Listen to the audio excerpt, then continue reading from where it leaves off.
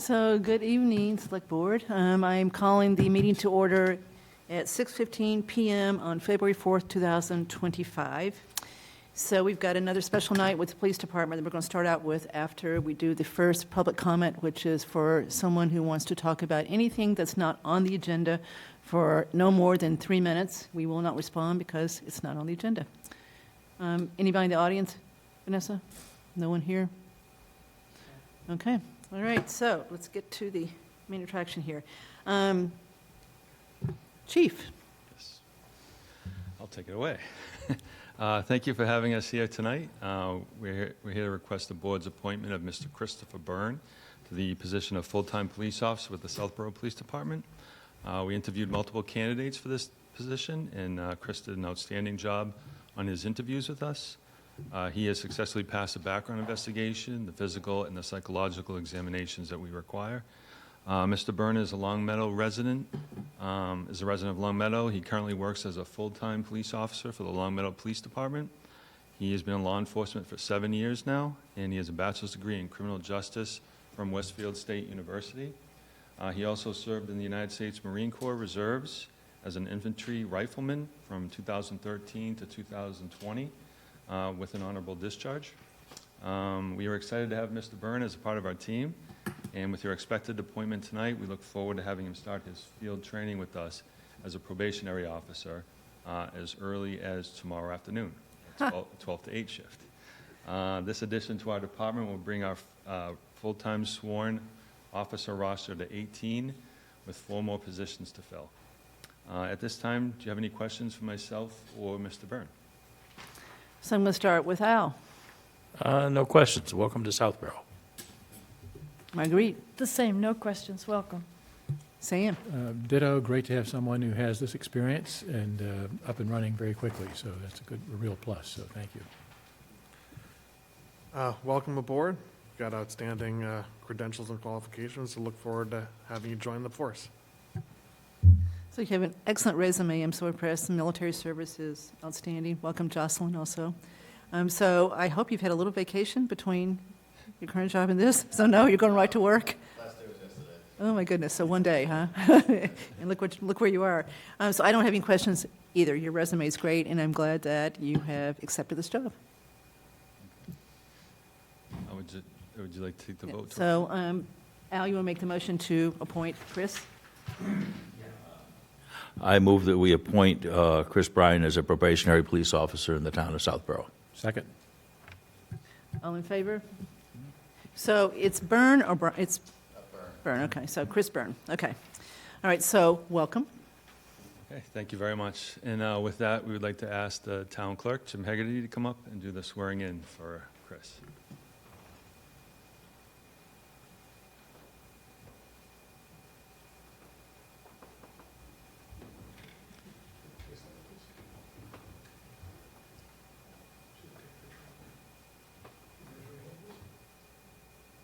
I, Christopher Patrick Byrne Jr., do solemnly swear or affirm that I will faithfully and impartially discharge the duties incumbent upon me as a probationary police officer for the town of Southborough, according to the best of my ability and understanding, agreeably to the rules and regulations of the police department, the Constitution and the laws of the United States, and the laws of the Commonwealth of Massachusetts, and under rules, regulations, and bylaws made under the authority of the select board, so help me God.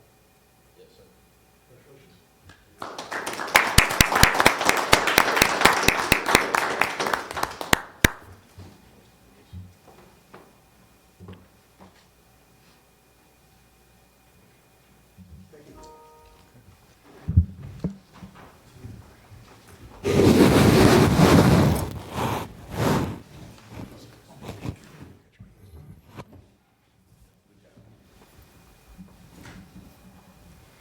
So Thank all Vanessa, you very want to get a much. good picture of him and Jocelyn? Okay. And Chief? Chief, you missed your chance to bring a uniform tonight and get him on the road this evening, so. Thank you, guys. Thank you. Thank you. Thank you, everybody, for being here, as always. Thank you. All right. All right, so we're going to take a quick 10-minute break before we start again because the poll hearing is posted for 6:30, correct? Okay, so 10-minute break.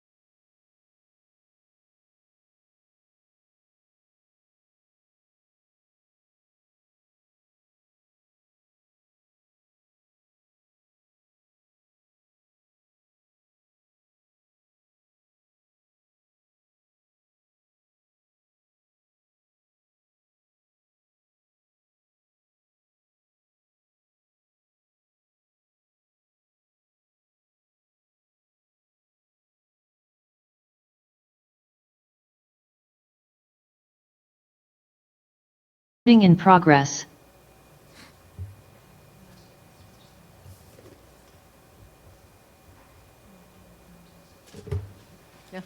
So I'm calling the meeting back to order at 6:31. So we're asking if National Grid is in the audience. If you are, you need to raise your hand so we can move you over for the two poll hearings. No? All right, so we're just going to move on. Agree? Yeah. Well, what are we supposed to do if they're not here? Right? Yeah, we'll see if someone shows up and we can come back to them. I think maybe one other time. So Vanessa, will you keep watching in case they were to come, they're just running late? All right, so we're going to fly right past this agenda. Yeah. Okay, so we are going to postpone the 7 o'clock discussion of water rates till Matt Abrahams actually gets here. He thinks he's going to be here closer to 7:30, so we're just going to keep moving things up until he gets here. All right, so is Brian here? Is Carla here?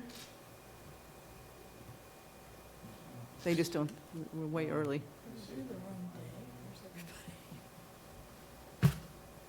Melissa, is she here? I can text Melissa and see if you want to take her. Okay. Yeah, all right, so we're going to go into reports until we track everybody down. Okay. So I've actually got quite a few things, and I want to go really slow with the first one because that's really important, which is the NERI project update.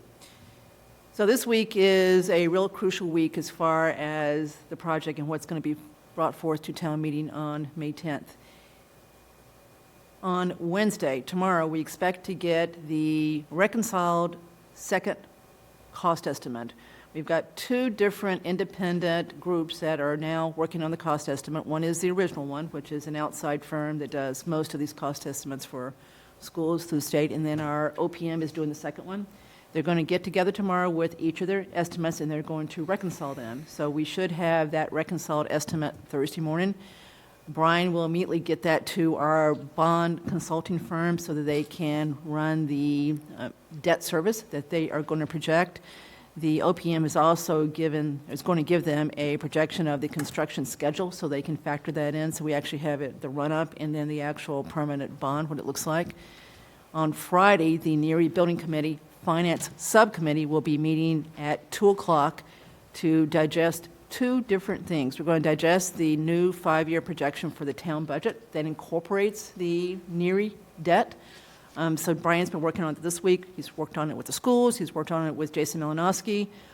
He has tried to estimate what he thinks the operating budget should look like for the next 5 years through 6/30/2030, which would include a full year of the debt service when it's permanently financed. Remember, we're supposed to move in. If this project were to be approved, the estimated move-in date would be the fall of '28.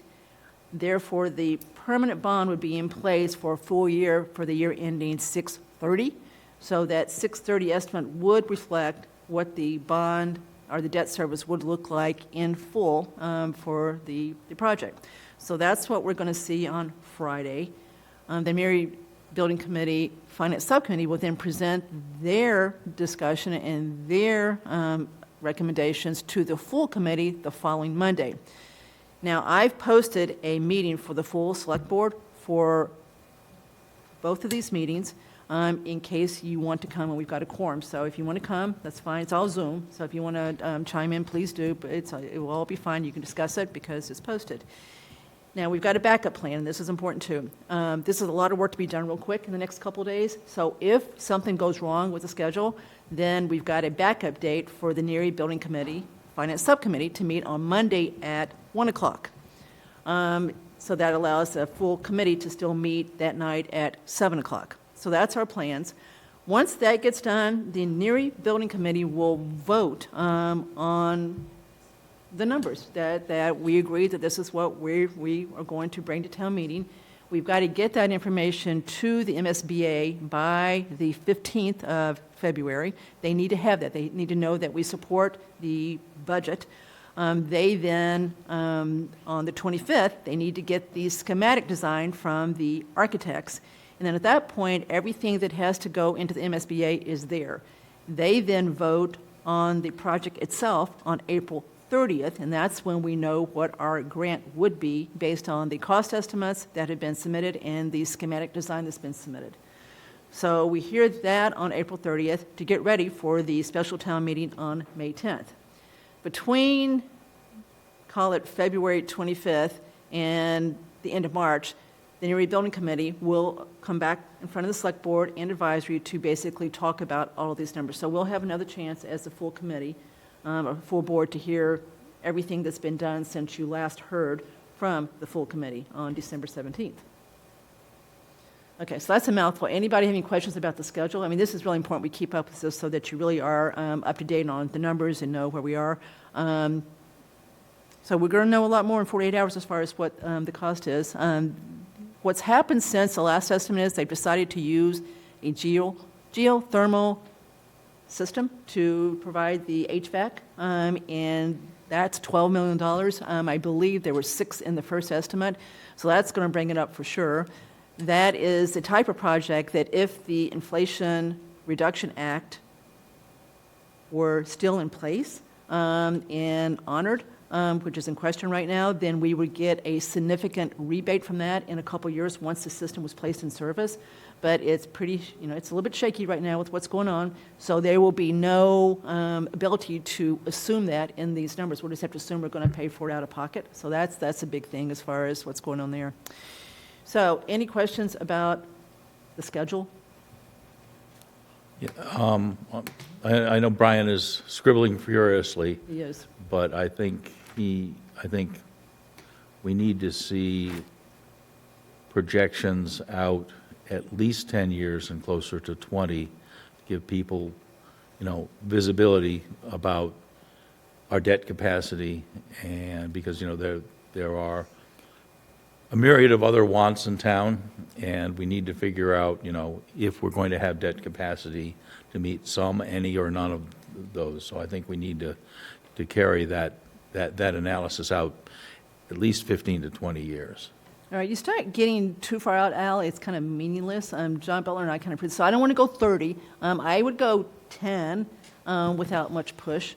I think you go much beyond that, you really are just assuming so much stuff, it doesn't necessarily make it a useful exercise. But we can try. If you want that done, we can try.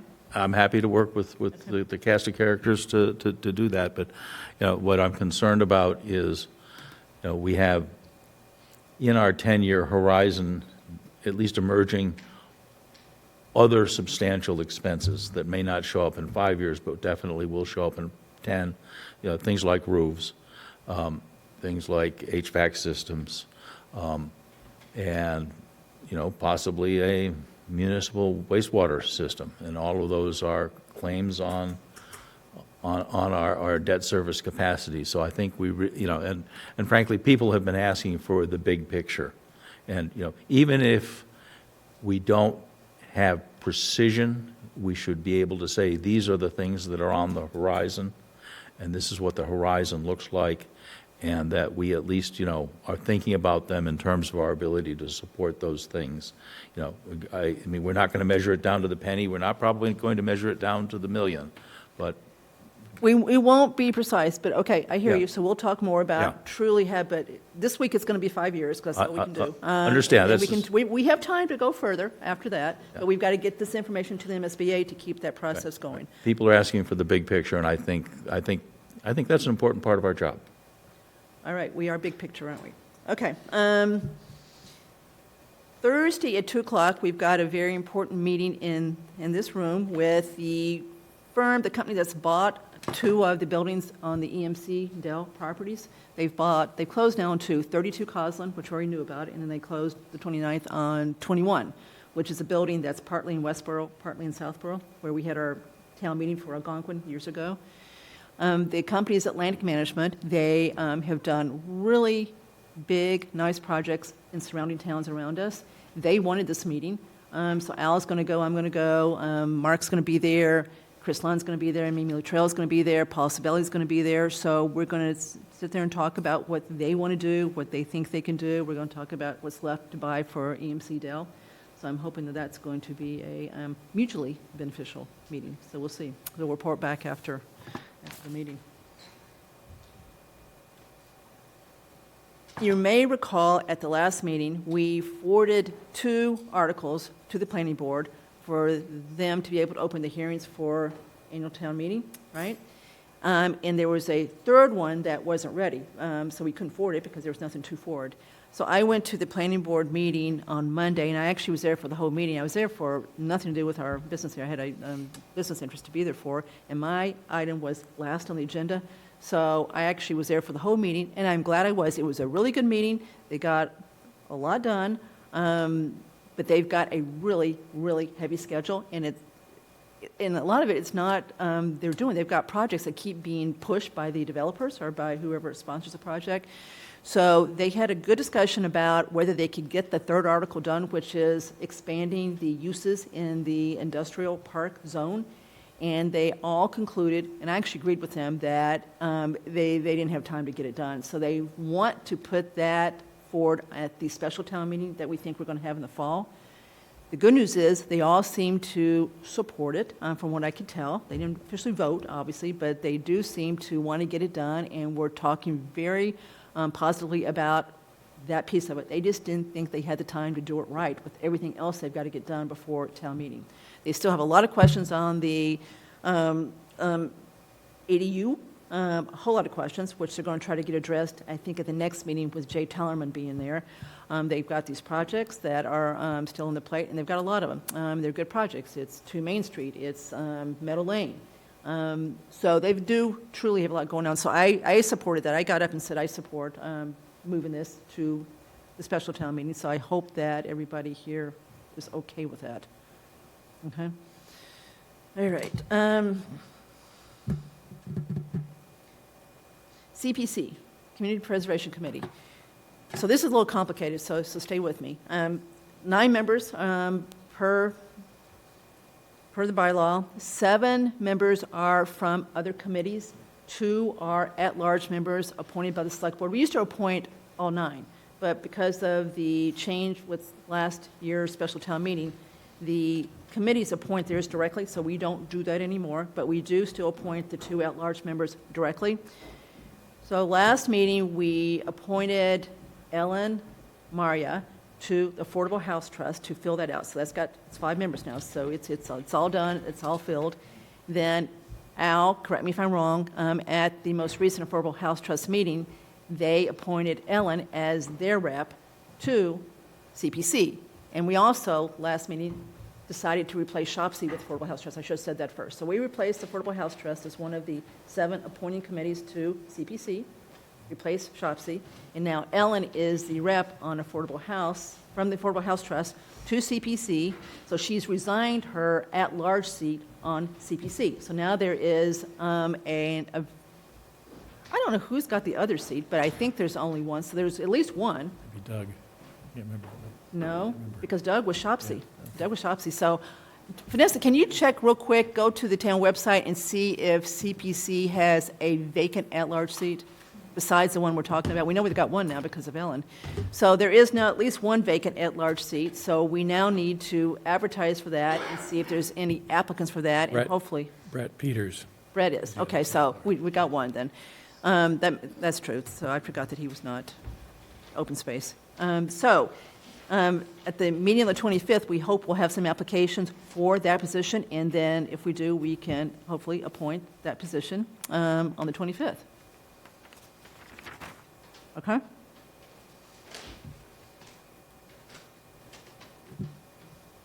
So the next one is one that Vanessa always likes us to keep mentioning because we really still have way too many vacancies on committees. So we're going to talk about 3 tonight besides CPC. So EDC, poor EDC, still has 2 out of its 5 totally vacant. So we need to try to find people who've got the type of background that would benefit that committee. Rec Commission has 1. They've got quite a few things going on. They always do, but they've got to deal with Choate Field. So they need to try to fill that one out. So we need to try to find some people interested in rec-type things. And then CIPC is down 1, too. So they lowered the committee from 7 to 5, but they still are down 1. So I've got 4, so they're looking for 1. So those are 3 very important committees that need to hopefully get more people in them, new people. Okay, that's it for me. Is there any other members' reports? I don't think so, right? No? Mark? Thank you. Just a couple of quick items. The first one, I sent this out to the board earlier today, received our first citizen petition for the annual town meeting. The petition is from Mr. Carl Geyer, and I won't read it, but it's essentially seeking to appropriate funds for independent counsel to review the activities up at Breakneck Hill Conservation Property. So that is something that will be on the warrant. The town clerk has certified the signatures, and there are enough to include it on the warrant. So you need to send that one to Melissa Danza and the Conservation Commission, make sure they see it? Yes. Okay. The only other thing that I want to just update the board, so again, we continue to meet on the rec, the regional dispatch. We meet every Wednesday for about 2 hours in the morning. The board of directors meets at 9:30 in Westboro, and then the operations committee meets right after. So the operations committee is really focusing on a lot of the technology and a lot of the safety components of the building. The draft lease for the property is just about ready for the board to review. The executive director advertisement should be going out this week. And that needs to be a position under the town of Westboro, because Westboro is the grant recipient at this point. We do have verbal confirmation from the state that they will allocate the funding so we can hire the executive director now. And we're just waiting for written confirmation for that, but we are going to proceed with the process to hire the executive director. So that's all I have at this point. And the grant, it's due the first week in March, Yes, and it's under control? it is under control. Mark, who owns that building? Town of Westboro. So the rec is going to lease it from the town of Lease it from Westboro? the Lease town. it from the Got it. town, Okay. right. So so the town has an interest, the town has to do the lease, but the town also has to be part of paying the lease, paying the payments back. So obviously, I believe that is going to be very reasonable. We're going to be through this meeting before anybody gets here. Okay, let's go on to the consent agenda. Have we seen anybody come in, Vanessa? No National Grid? No Melissa? No, Carla is here. Carla and Brian was here. Carla is here? Carla is. Carla's enough. Brian doesn't need to be here for the, this is a simple report, so she can do the report. Okay. All right, so let's go to item 3E, which is the quarterly financial update from Carla. National Grid is not here. National Grid? National Grid is not. They haven't showed yet, so we don't know what's happened to them. Is that why you're here? Yeah. Okay, so we're waiting. They didn't call, they didn't say they weren't coming, so I'm sorry. We're going to, they didn't say they weren't coming. They're supposed, the hearing's advertised, they're supposed to be here, so we have heard nothing. So we're watching to see if they appear. So Brian is here. We'll bring Carla over. Okay. Well, Are you here for- On Parkerville Road, 182? You're here for the hearing too, the poll hearing? Yes, yep. Yeah, we were told to be here at 6:30. Yeah, no, it's advertised at 6:30, they just haven't shown. National Grid's not here. Okay, can you tell us anything about what's proposed? It's hard to do that without National Grid being here. They're the ones that explain all this, and then we ask questions, so I don't think we should take the Okay, lead yeah, on I trying to see that. explain something. It's in the packet online that's posted, but I can give you mine if you want to see it. Yeah, thank you. So we've called them to see where they are, so there's a message that's One's been Pine left. Hill. So I'd say hang in here for a few more minutes. This is the first time we can remember they haven't shown for a poll hearing. So let's give them, it's only 10 till 7. Let's give them a few more minutes and see what happens. I hate that you came for nothing.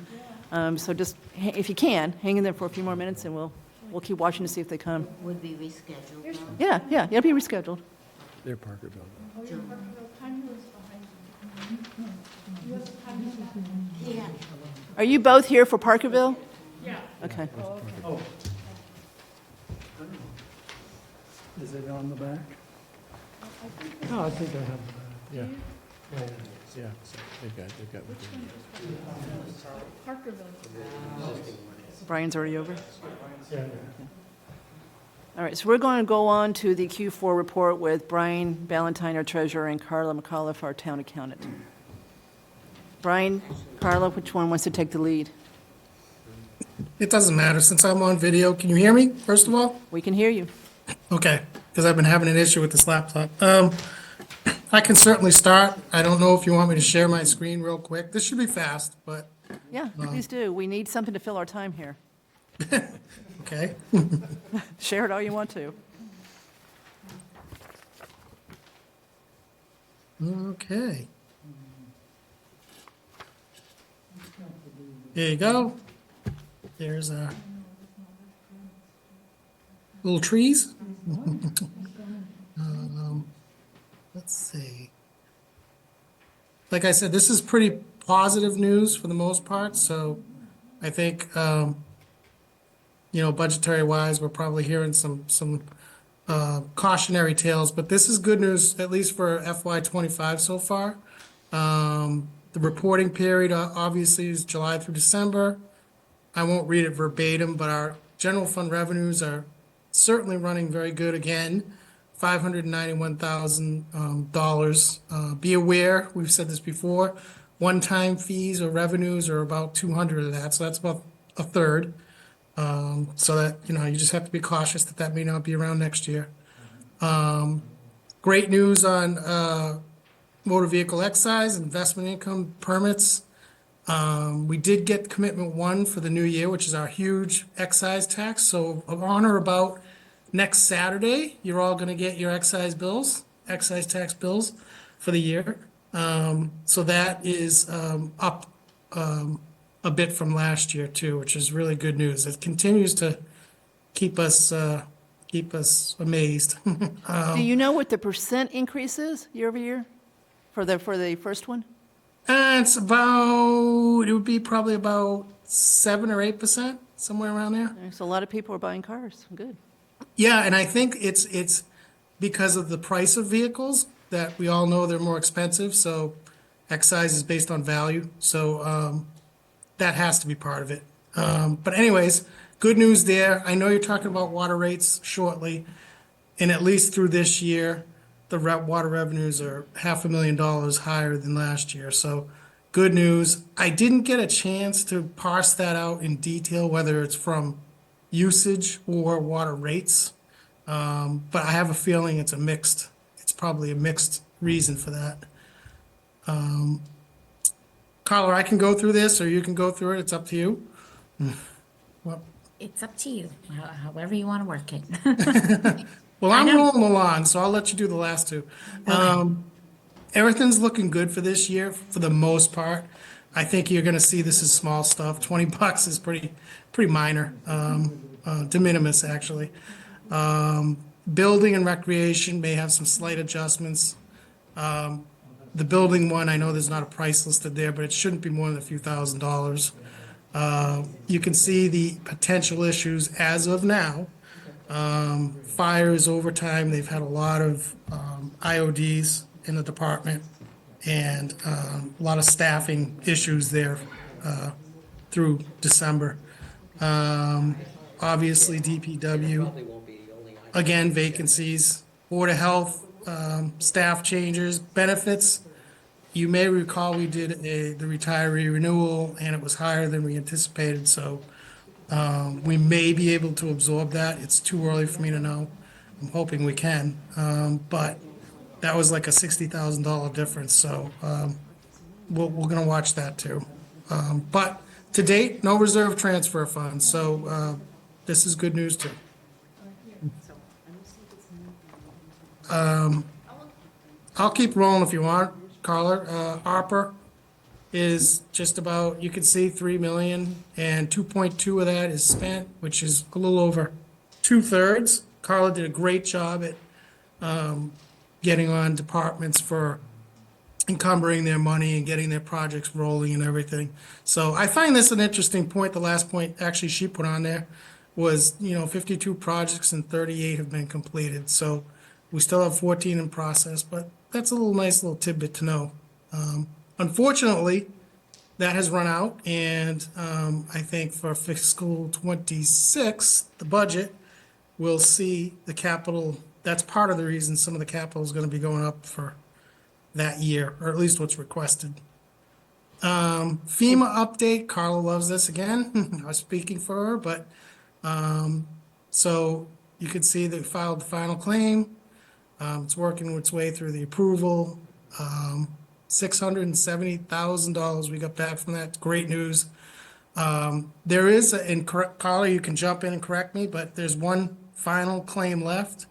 And it's interestingly enough and sadly enough, being held up because of the federal government's pause on grant reimbursements. So personally, I think that'll be resolved and go through eventually. Politically, I'm not sure how you can back up not, reimbursing FEMA claims, but we'll see. It just may be delayed. I think the amount is, again, 30,000, 35,000. 31,000, yeah. 31,000. And we did file the, the forms to get reimbursed, and we mailed them in. They just need to sign and put the final stamp on it. So we're dangerously close with that. Here's hoping. Dangerously close. Hey, Brian, let's also make clear, the ARPA money is in the bank, so that's not in danger of anything going on in Washington being not given to us. We have that money, so it's only the Right. 31,000 that's at risk here. Yep, Yeah. absolutely. Yep. Thankfully, we got it at the bank, you're right. I'll finish up by some of the high-level stuff. Unfortunately, the audit is delayed again, and I can't, we can't blame the auditor. It's delays downstream from him, or upstream, maybe I should say, where he relies on, the audits have become so complex, he relies on other audits and other sources of information to finish the financials, and it's just becoming more and more and more common for these delays. So we're watching when he can finish and when he can come in and give that good presentation along with possibly the OPEB auditor. Hoping it's not long, but we're staying on it. Just large products. I know you just talked about NERI, and along with, the combination with Finn and how that's going to work. And unfortunately, library is no longer on the board to, be a project right now. So the last couple comments, the next debt, it will be in the spring. I'll be talking about that because we do have a couple of projects, specifically the CPC townhouse and the NERI study, to kind of finish and permanently finance what we need to do. I'm not sure how that's going to work quite yet. It's a little early, but in the spring, I'll be talking about that with the board. So again, looking forward to Saturday. Departmental budgets are all in, and we've had slight adjustments at the last minute. It's not unusual, but nothing big.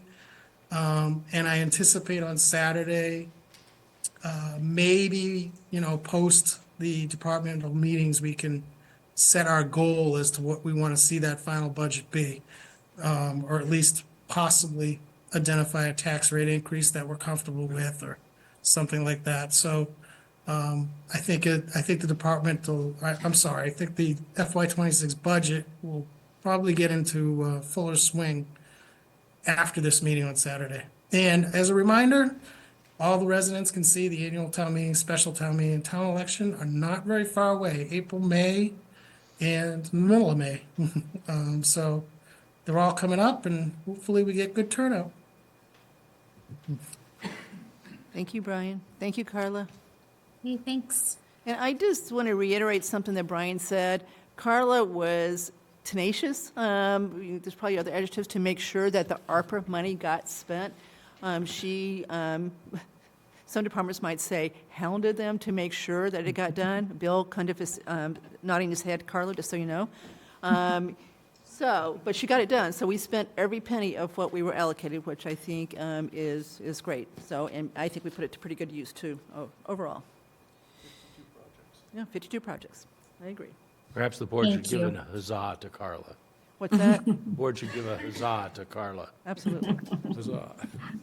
Much appreciated, thank you. Seriously, Thanks. Carla, I know how much you did to make sure that this got spent the way it should be spent and documented the way it should be. That was a big deal, too. I mean, $3 million or so that we otherwise wouldn't have had, and a lot of good things got done as a result of it, so it's a great thing to have done. Well, thank you, I appreciate it. One thing, too, on your report, we talk about CPC not closing out projects timely, which is a true statement. We have asked them to do it. We've asked the chair to do it. We keep being promised we're going to do it, and it just doesn't seem to happen.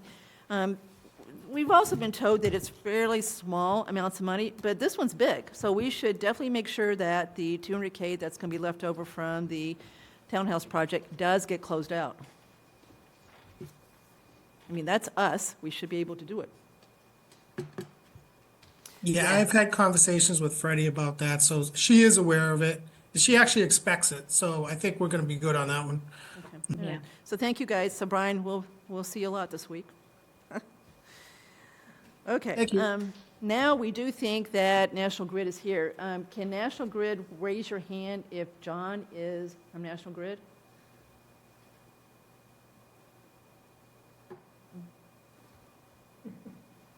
No? No hand up. He's not there anymore? So he must not be in National Grid.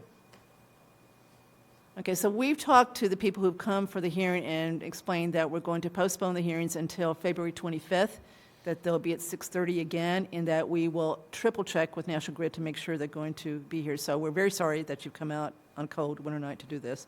Your hearing will be first for Parkerville Road, so you should be able to only be here for 15 minutes or so and go back home, okay? Thank you. All right, so thank you for coming. I won't pay my bill this month. There you go. In protest. There you go.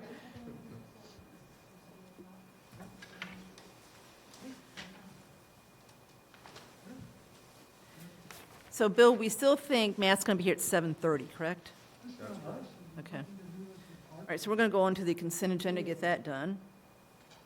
Then we'll talk about the cemetery commission, and then by then, we'll take another break and wait for 7:30, right? Because I don't think that's going to get us to 7:30. All right. Okay, consent agenda, we've got A, B, C, and D. Minutes, anybody want to hold those? A, yep. Okay. Anybody want to hold the, all the second one is, they just didn't, we've already approved this. They just didn't get sworn in time, so it's back on to approve again. So we've already approved this once. Everybody okay with B? Yep. Okay, the two alternate building inspectors. And then for D, did we get drafts of the executive session minutes for January? Yeah. So we've got those.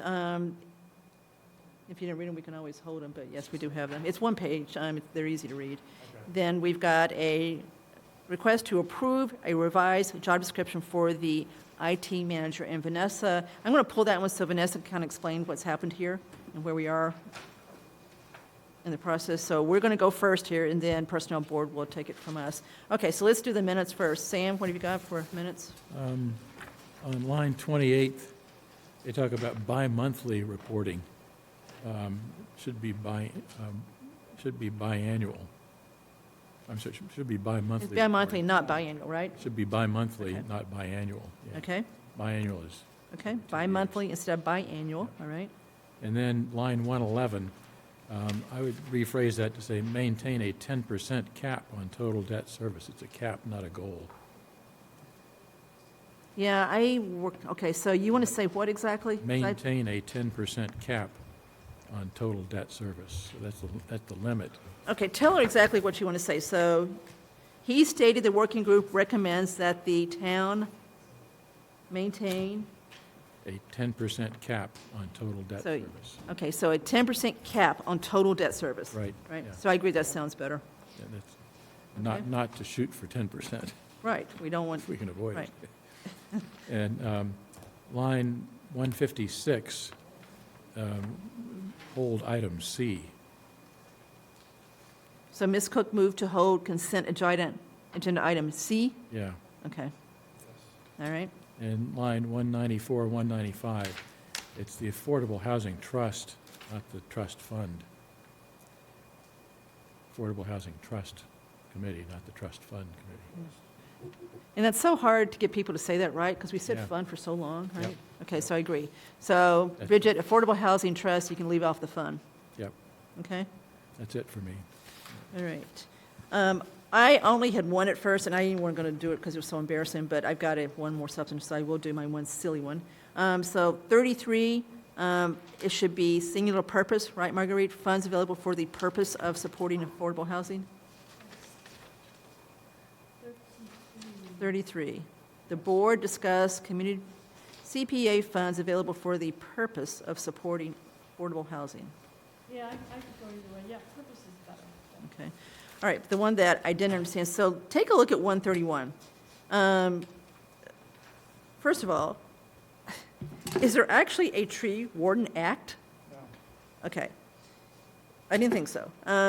So we just need to fix this. The TA report, so they executed the special act. Okay, so I just want to change execution of special act, and then I guess she's trying to add the actual site for the law when she says add MGL.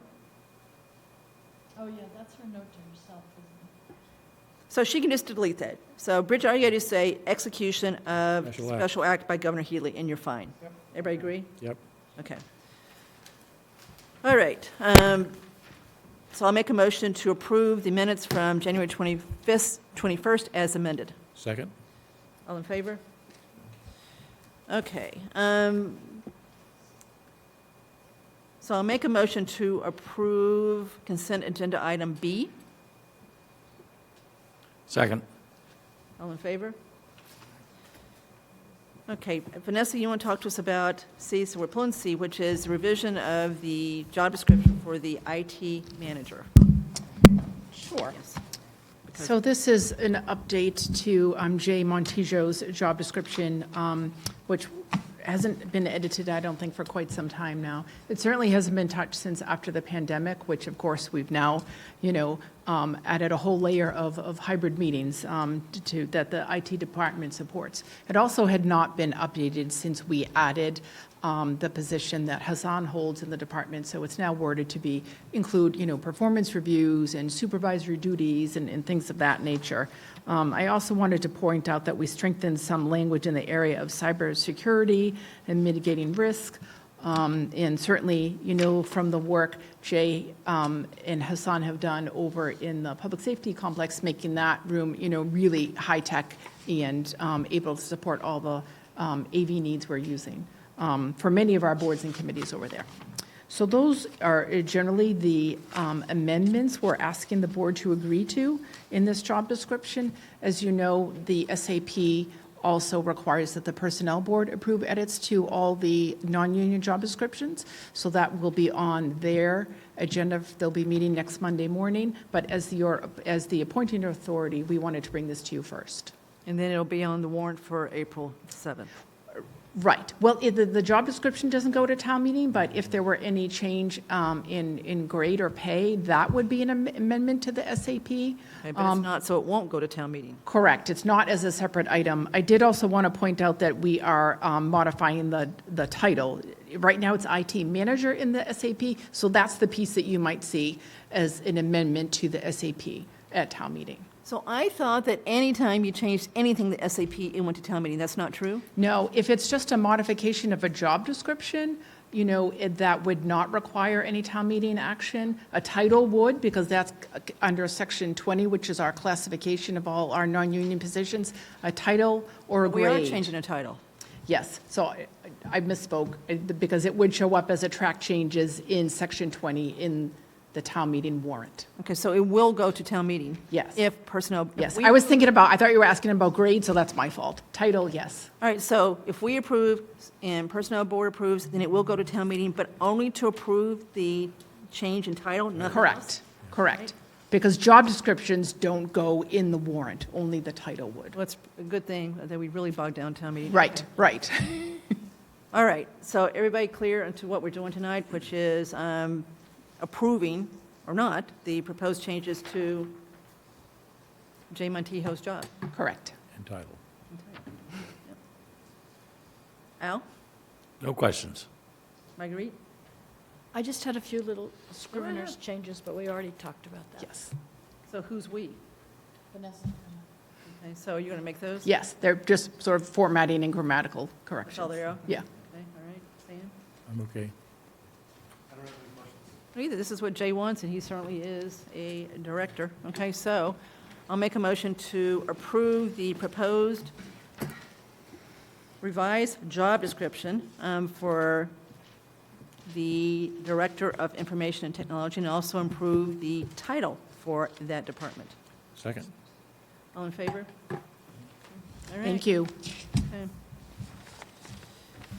Okay, moving along pretty fast here.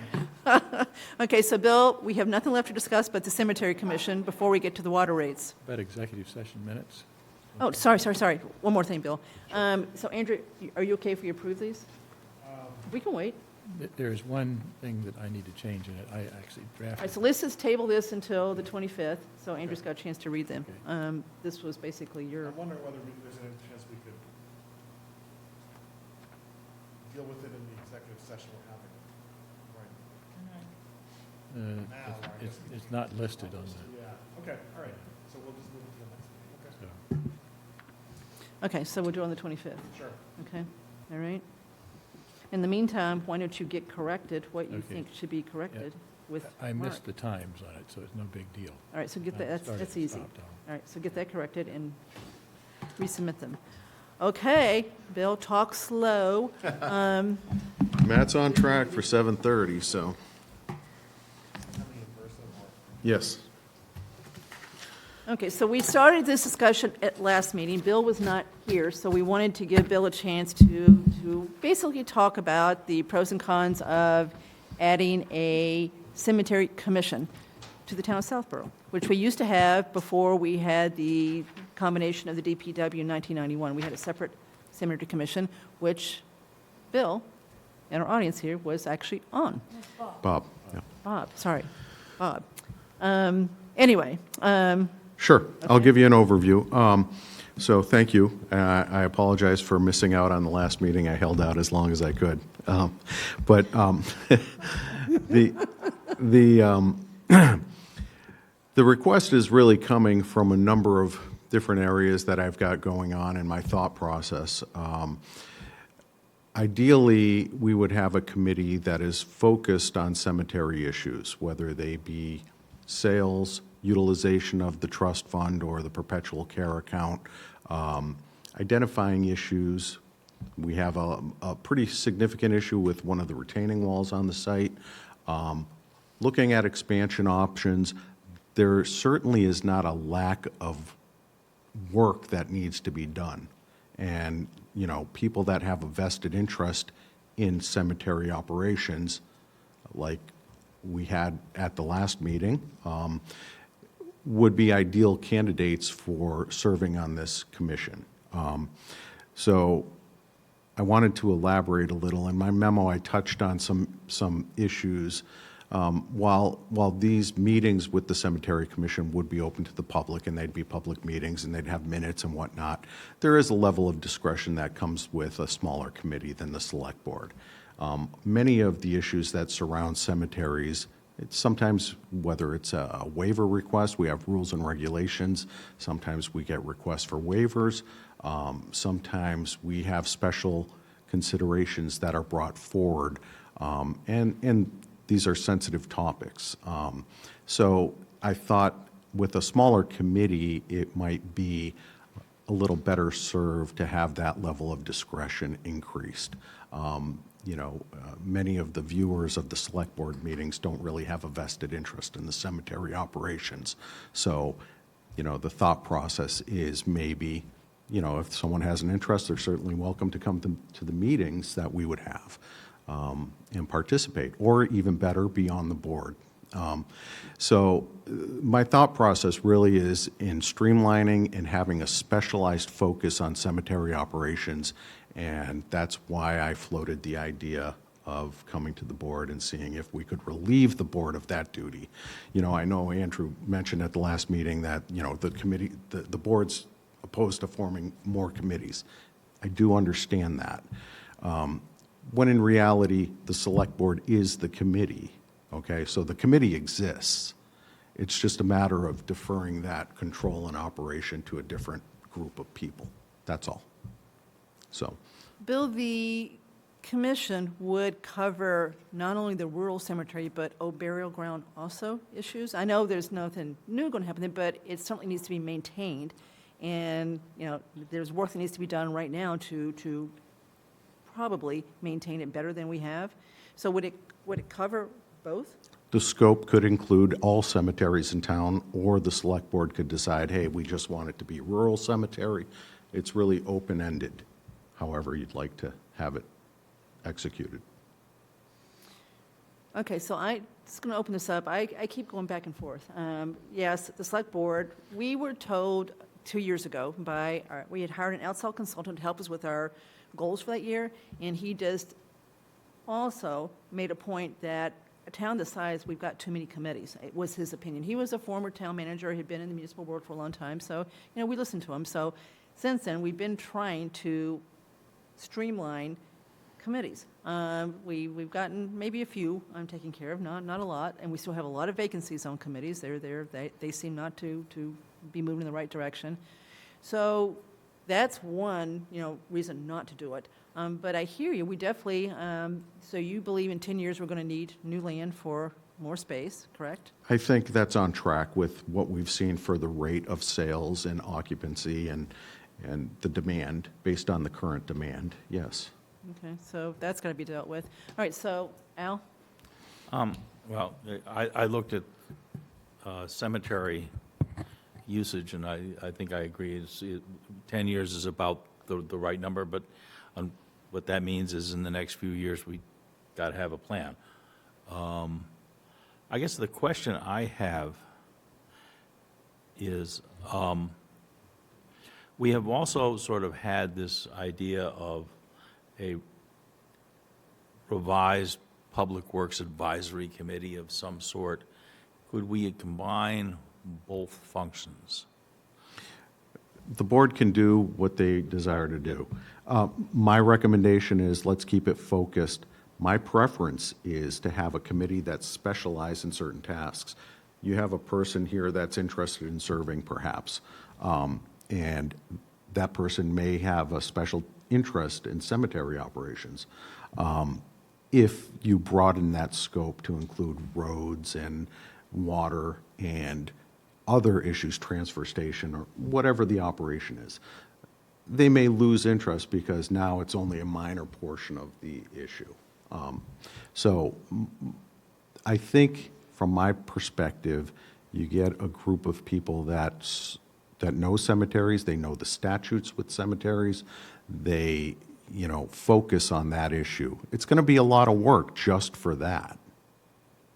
It's going to be a heavy lift. How many people would you think you'd want on a commission? I would think 3 would be adequate.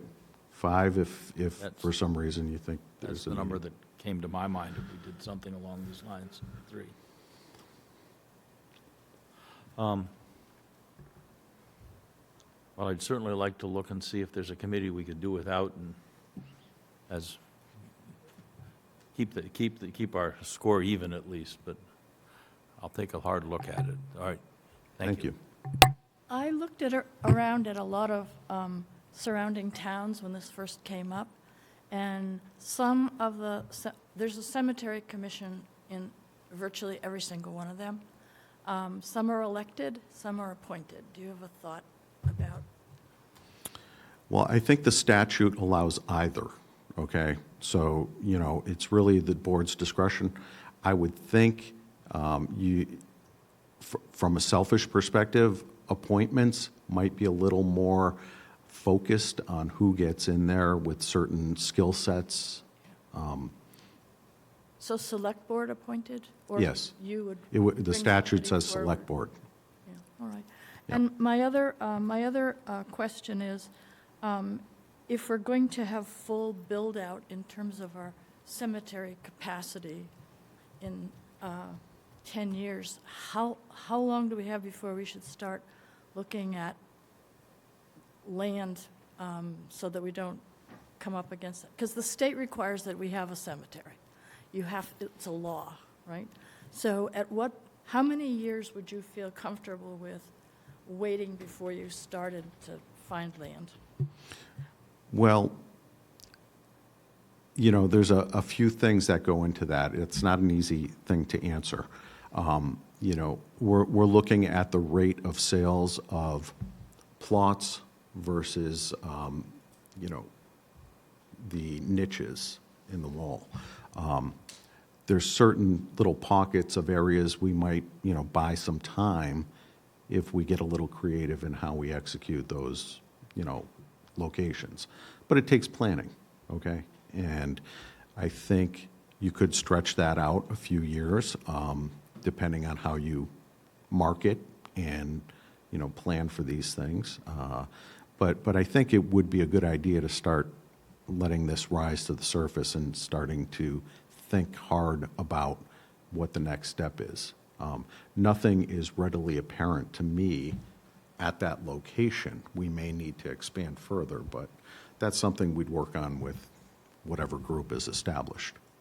So would you say we should start now or start in 5 years or? I think it would be prudent to start now. You don't know what kind of hurdles you might encounter. Somebody doesn't want to sell, maybe it takes negotiating time to get more MDC land. There's options out there that would have to be looked at. Okay. And is it a possibility to use, to have one rural cemetery and then find another place somewhere else in town, to me, that's not quite ideal, but I don't know if you could expand what you've got there now. It's not efficient because ideally, it'd all be at one location, but we could make it work at a different location too. Right. It's not fatal. Well, I guess I'm just asking questions that a committee would have to Right. deal with, so thank you. Right. Sam? Yeah, I guess I looked at Mass General Law. It looks to me there are two ways to do this, two different statutes. One is the select board could appoint a committee. The other, we could actually have a new elected committee there. I lean toward the appointments for the reasons that you suggest here. It's unclear to me exactly what the committee would do in the sense of maintenance, for example. I've looked at other towns' charges for cemetery commissions, and it seems to me it is potentially confusing if they get too far into the maintenance world, which DPW has capacity to maintain a variety of things. I wouldn't think that it would be perfect to have the commission responsible to hire people for maintenance there, and DPW has crews that do maintenance, et cetera. So how do you see that? Well, first of all, it would allow an avenue for people to raise issues or concerns with other than DPW. Not that we wouldn't be attentive and listen. With regard to maintenance, we do handle the site fairly well. I'm fairly proud with how the crew handles the site, and we have a subcontractor that does do a lot of the mowing. There's certain things that, we could improve, as you might expect, but the maintenance is pretty well under control. That's routine maintenance when I think about this.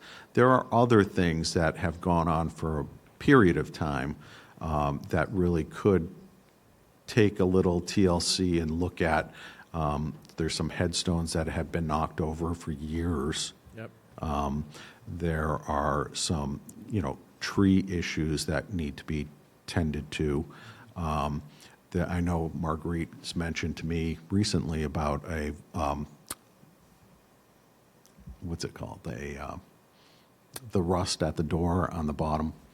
The crypt. The crypt. And, I'm working with Kevin Miller on getting the roofing on the tower, the water tower done. So, there's a wide breadth of things. We do the routine stuff fairly well. The other stuff takes a little time and effort and focus and prioritizing those things. The retaining wall is a great example. reviewing the VHB report on that, 200,000, I think, is very inadequate to do the project. So I think we need to drill down a little more on that. And I guess I'm concerned about too many cooks in the kitchen on this, in the sense, it seems to me DPW's function is the sort of the on-the-ground operations Yeah. day to day, and I would be concerned about a cemetery commission that was charged with, hiring people and managing that kind of stuff. I don't envision that, yeah. Or policy kinds of things. Also, to Marguerite's point, I mean, it seems to me that dealing with additional space is important to start as soon as possible, because if by some miracle we're able to figure it out tomorrow, that's great, we're set then. But the chances are far greater that we're going to have trouble finding That's right. property. And so the sooner we start with that, the better off we are. I share some of Mr. Dennington's concerns about creating additional committees here. On the other hand, I think this is specialized enough that it could be helpful, and it could be, again, as you suggest, a way to take some of the pressure off of both you and us here. What would you see as an avenue for appeal if somebody made a request to a new cemetery commission for something and they said no? Where does the citizen go next? I would think that they would be the decision maker in that case. So, I would work with the commission and the individual in scoping and defining the issue at hand, and give the committee enough information to make an educated decision. I think ultimately, you need an appeal route for everything. I mean, typically, we've got the courts, for example, which is Right. a little extreme. I'd be concerned about sending appeals back to the select board. I'm not in favor of that. I don't envision that. That'd be a question for town council in terms of how to. Yeah, it would. So, That's fair. okay, I guess, I lean in favor of doing this. I'm not eager, but I defer to your judgment on this. I think we want to support you. If you think this is a good idea, I'm prepared to support it. Mm-hmm. Andrew? Sure.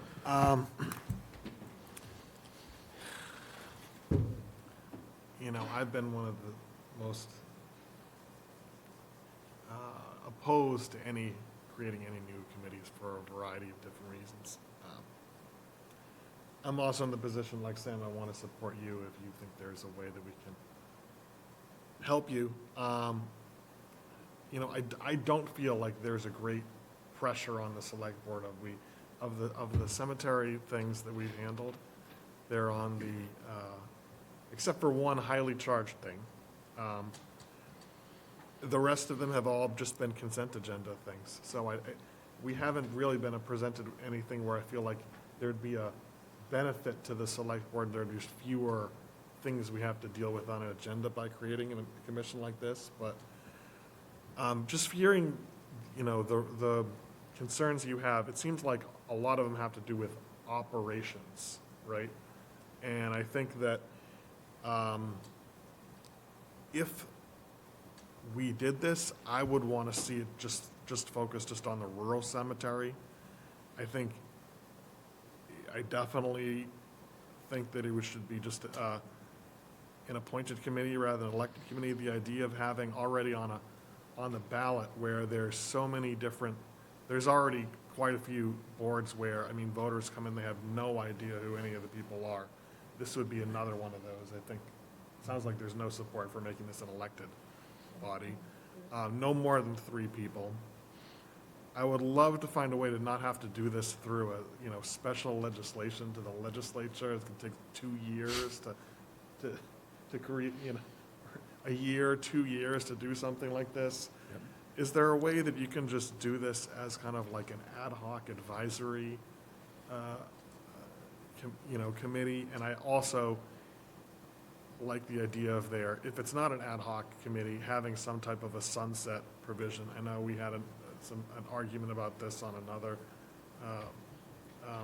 proposed committee a year or 2 ago, and I think this would absolutely be the candidate for it, where, by that I mean, when you create it, it's going to be created for X number of years, with the idea that if it's proves to be a functioning, good board or commission, the town meeting reauthorizes it for X number of years. But if it proves to be not helpful, then it just goes away, right? And this is just to control the gradual growth of committees, commissions, more bureaucracy in the town.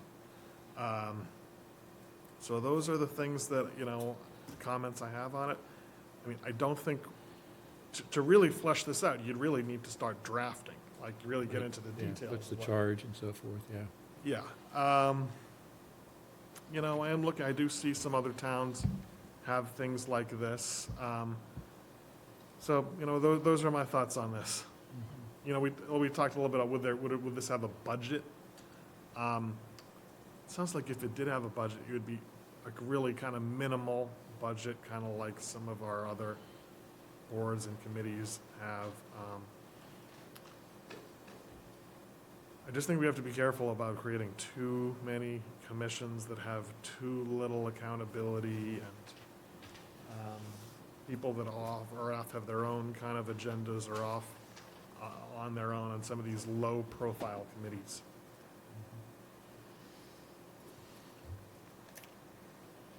So, there's another way we could do this, which Andrew kind of alluded to.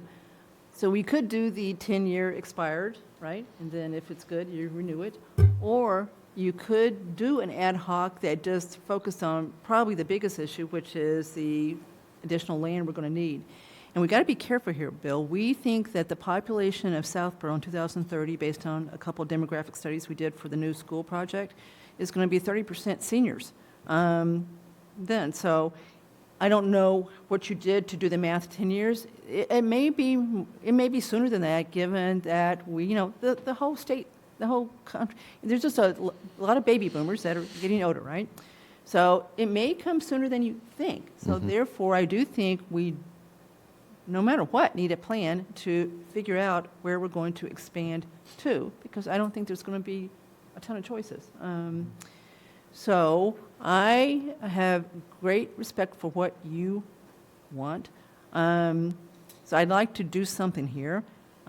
Maybe Sam or someone, are you going to meet with Jay the next time he's here for office hours? Plan to, yeah. Maybe you sit down with Jay and kind of try to flesh this out with him as far as how to do this simply. I talked to Mr. Litt a few minutes ago before the meeting started, and he's looked at the statute very closely, like he does. And he has warned me about some pitfalls we may about to fall into by doing this, as far as how to do it. And I guess the warrant, which I didn't see, Tim knew more about the draft warrant than I did. He says that we've got the language to basically amend the special act again, and then he warned what's going to happen if you do that. So I think we need to be careful about how we do it and try to do it in a way that is not cumbersome. Yep. Right. So maybe the next step is, it looks like you've got a consensus here to do something, right? We know we've got one person here that is willing to step up. That was on the former Cemetery Commission. I know you're there, Kevin. I'll get to you, I promise. So I think it sounds like you've got an appetite to take this another step and look at it, right? Maybe leave the maintenance out of it. The big charge is the land, and then the other capital pieces, then some of the smaller things that people would prefer to do, not in the open. But I'm with Andrew. We haven't had to deal with very much from the time I've been on the select board as far as cemetery stuff, so I don't think that's a big lift for us at this point. There still may be some things that people aren't coming forward with because they don't want to do it in public, so there could be that group, right, that we could help out. But I think maybe if Sam can, since you rarely meet with Jay on his... Follow up with Jay. Yeah, and just tell him, if we do this, we want to do it simply. Maybe look at what other towns truly have done to try to keep it simple. Yep, and I have looked at some of that, so. Okay, and so we just keep this on the agenda. We'll do it again at a next meeting, right? And just keep talking until we get to the point we think we've got a good answer. Sure. Okay? Yep. All right, is everybody okay with that? So we're not going to decide anything tonight, Yeah, in listening Not to going to the, decide anything tonight. right? That's what I said. I'm looking at you. yeah, in listening to the, Other than Sam is going to sit down with Jay and try to figure out how to do this legally, simply. I think we ought to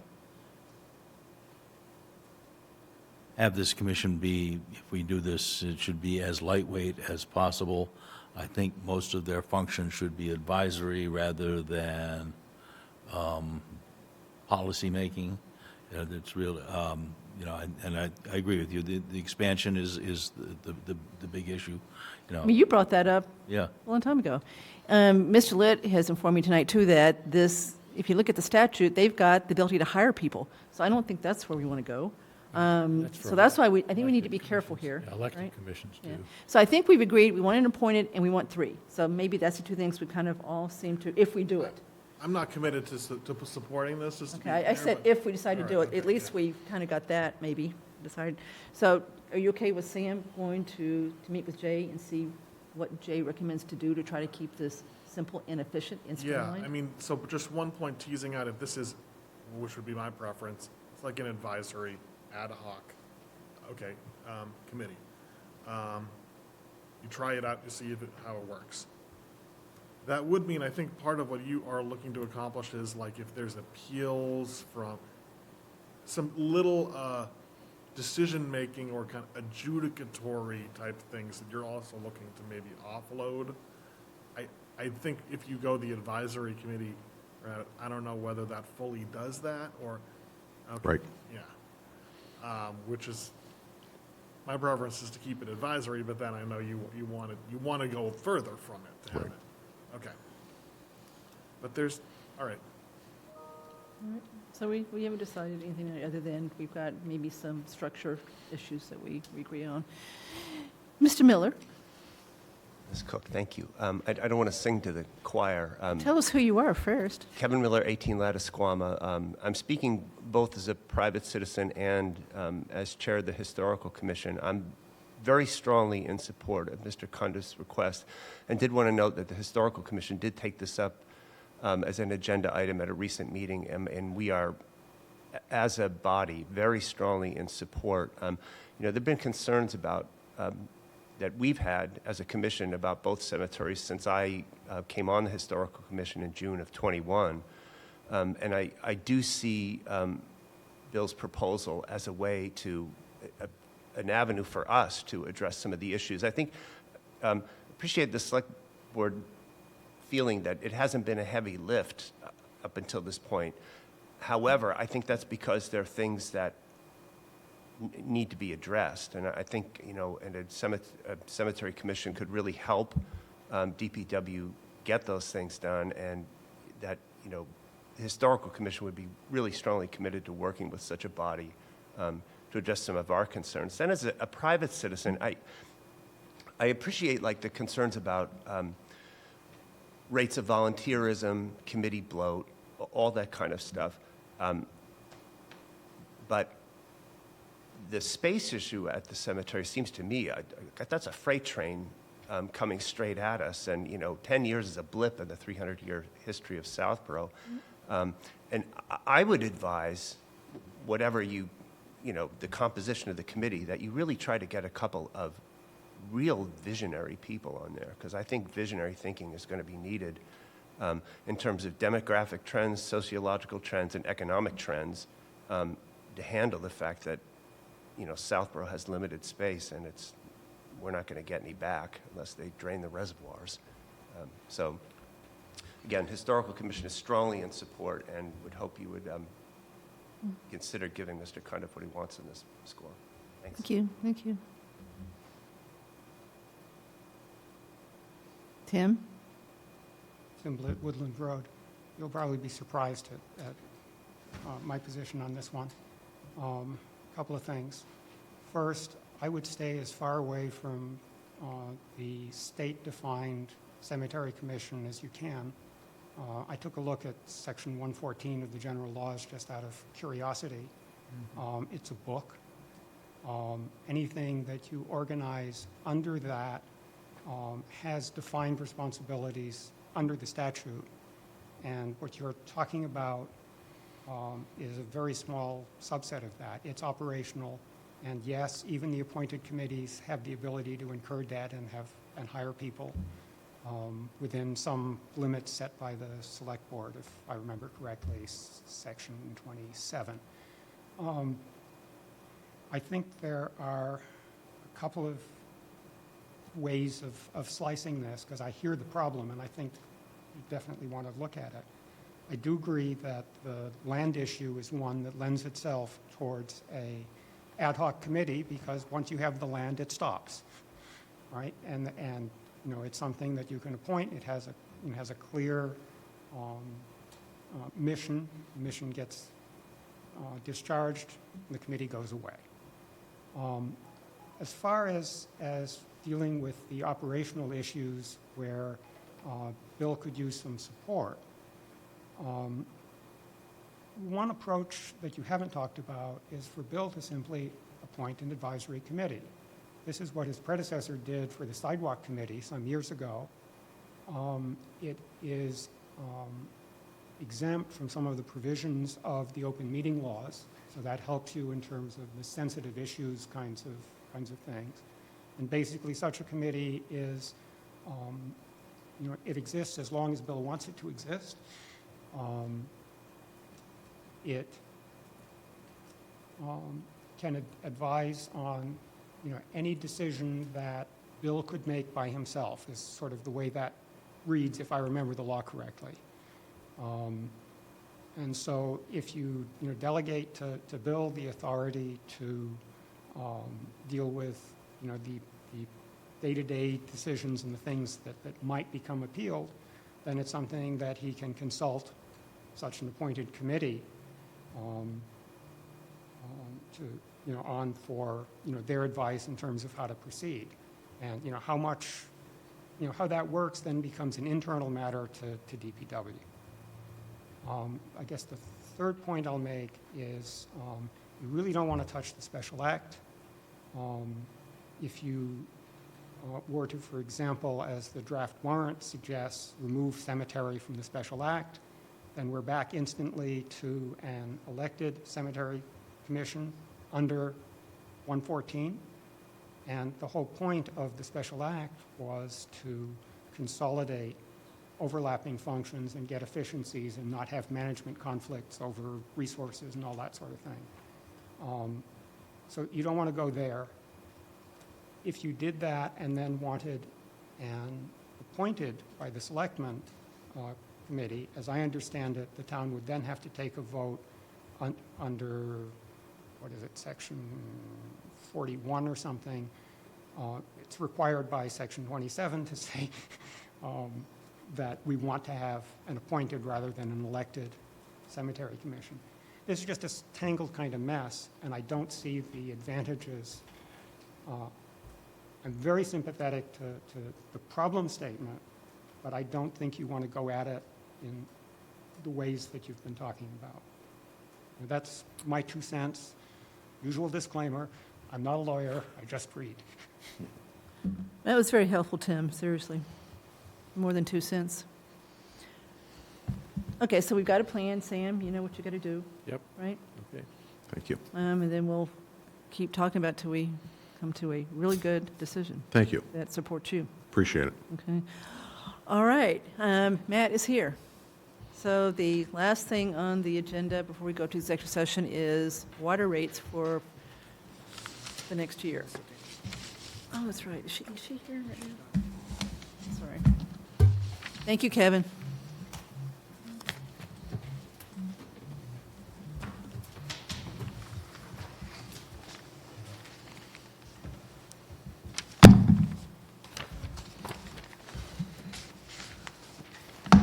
Hello, Matt.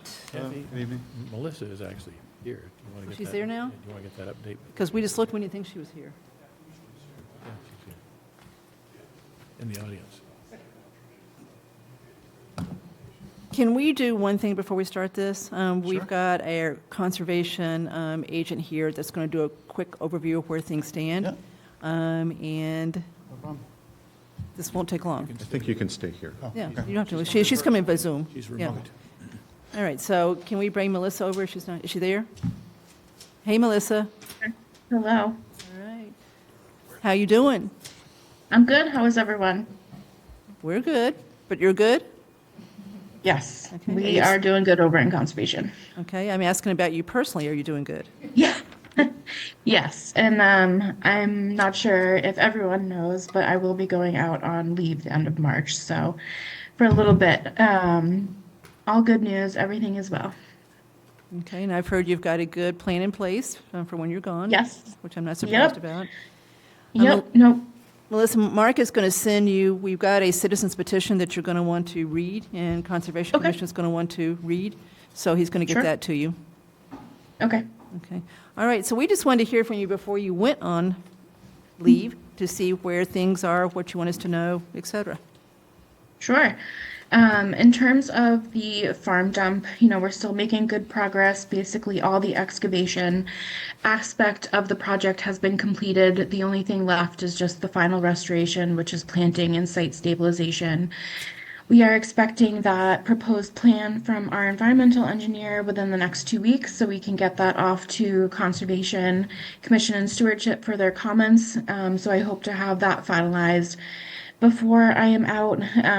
That's what we are looking for. I went over that timeline with the chair of stewardship today to make sure that she was aware of when that was coming in case they need to post a couple extra meetings.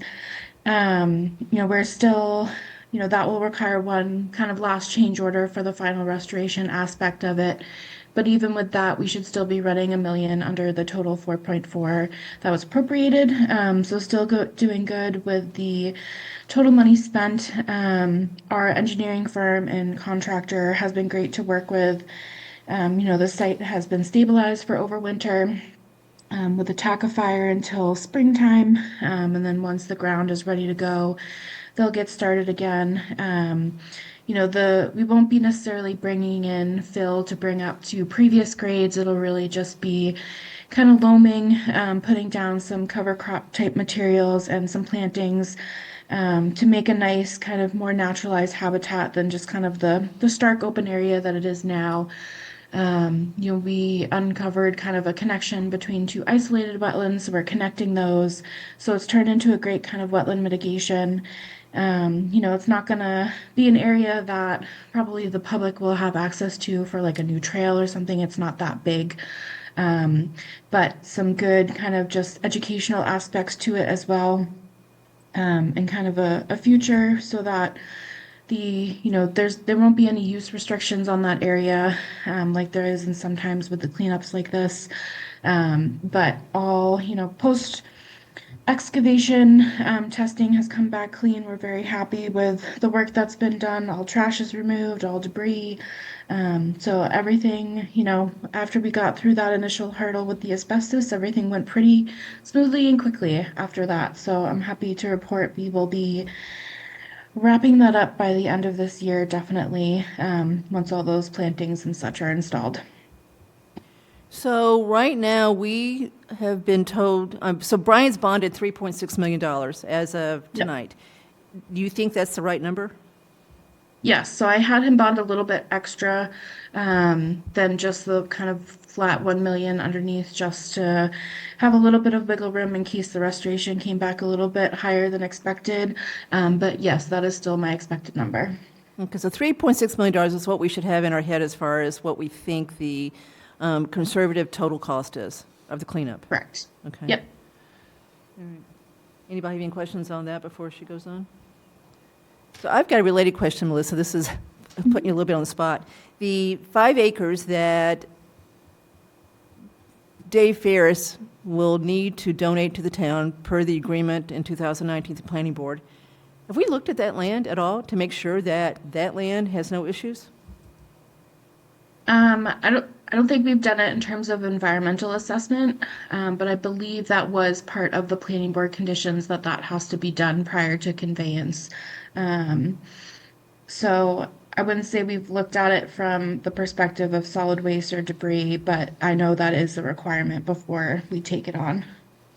Okay, I don't remember that being in their order, but it could be. All right, so everybody agrees that's a good idea to make sure we understand what we're getting, correct? Not only a good idea, but a great idea. Yeah. I mean, in other words, lessons learned, maybe, right? Due diligence, yes. Yep. I mean, Melissa, you were, this was 40 years ago, so a lot of people weren't weren't around then. I do have another question for Melissa, if I can. Okay. Melissa, it's Sam, are we, do we believe that our friends at DEP are very happy with how this is going? I've not heard any questions or concerns. from that Extremely angle, so pleased. I'm assuming they're pleased. Yes. Yep. Good. Very much so. They, both on the asbestos side and the solid waste side, have been out there consistently throughout the cleanup.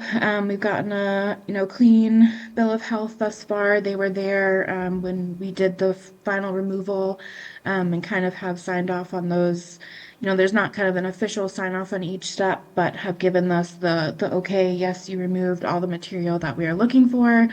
Let us know when you get it stabilized, and that's kind of the end of it with them.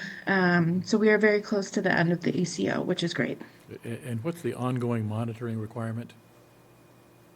The ongoing monitoring requirement, it'll depend on a couple of the results from the analyticals. As of now, it's all of our groundwater sampling has come back with, 0 levels, non-reportables.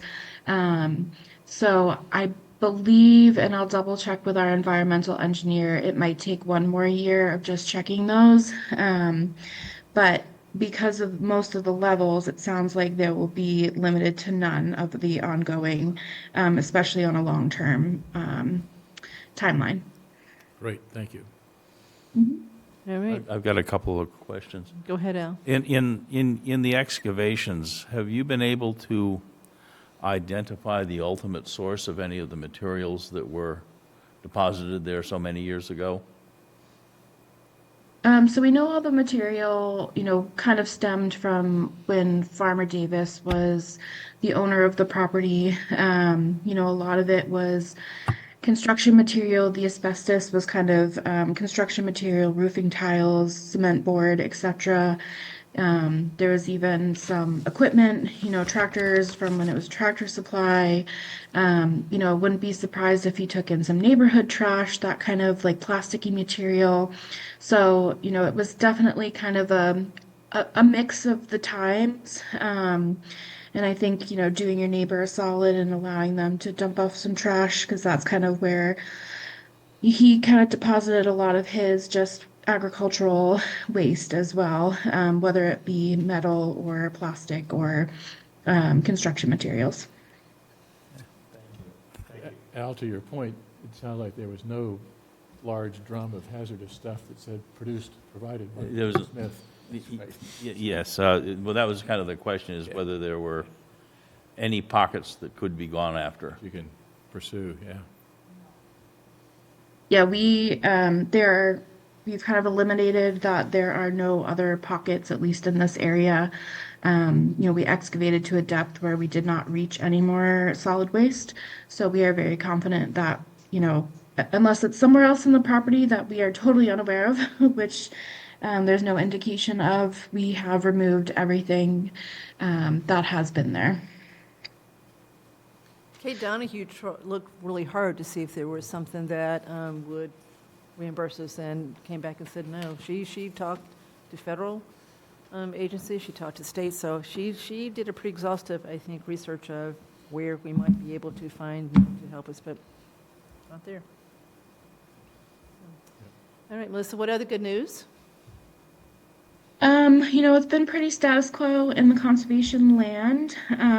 We've kind of been even keel on applications, not a whole lot of new development going on. So we've been able to kind of focus on some of our just internal processes and cleaning those up. The assistant Laura has done a great job on getting everything as much as possible electronically. We've gotten our stuff on Viewpoint that the building department uses, so everything kind of moving forward will all be available to the public, and we've trying to backlog those, which has been a great help in kind of consolidating information into one place that's easily digestible by homeowners, anyone looking for information.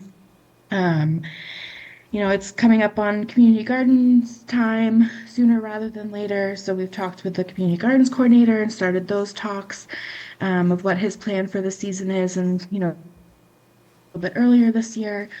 But otherwise, I think we've just been working on creating a plan for when I'm out for those weeks, and talking with the commission on responsibilities and process so that there's no, delay in timing of permits and decisions, etc. So I think we've set ourselves up for success, and trying to think of any possible iteration of things that could come up, so that Laura and the commission is prepared for them. So I think we're ready for that. And yeah, otherwise it's been fairly quiet, just taking things as they come. Like I said, just kind of focusing more on our kind of internal processes and trying to streamline a little bit more to better assist more efficiently the public. Anything else? One other quick one. Have you heard anything further from the trustees on their plans to find a farmer?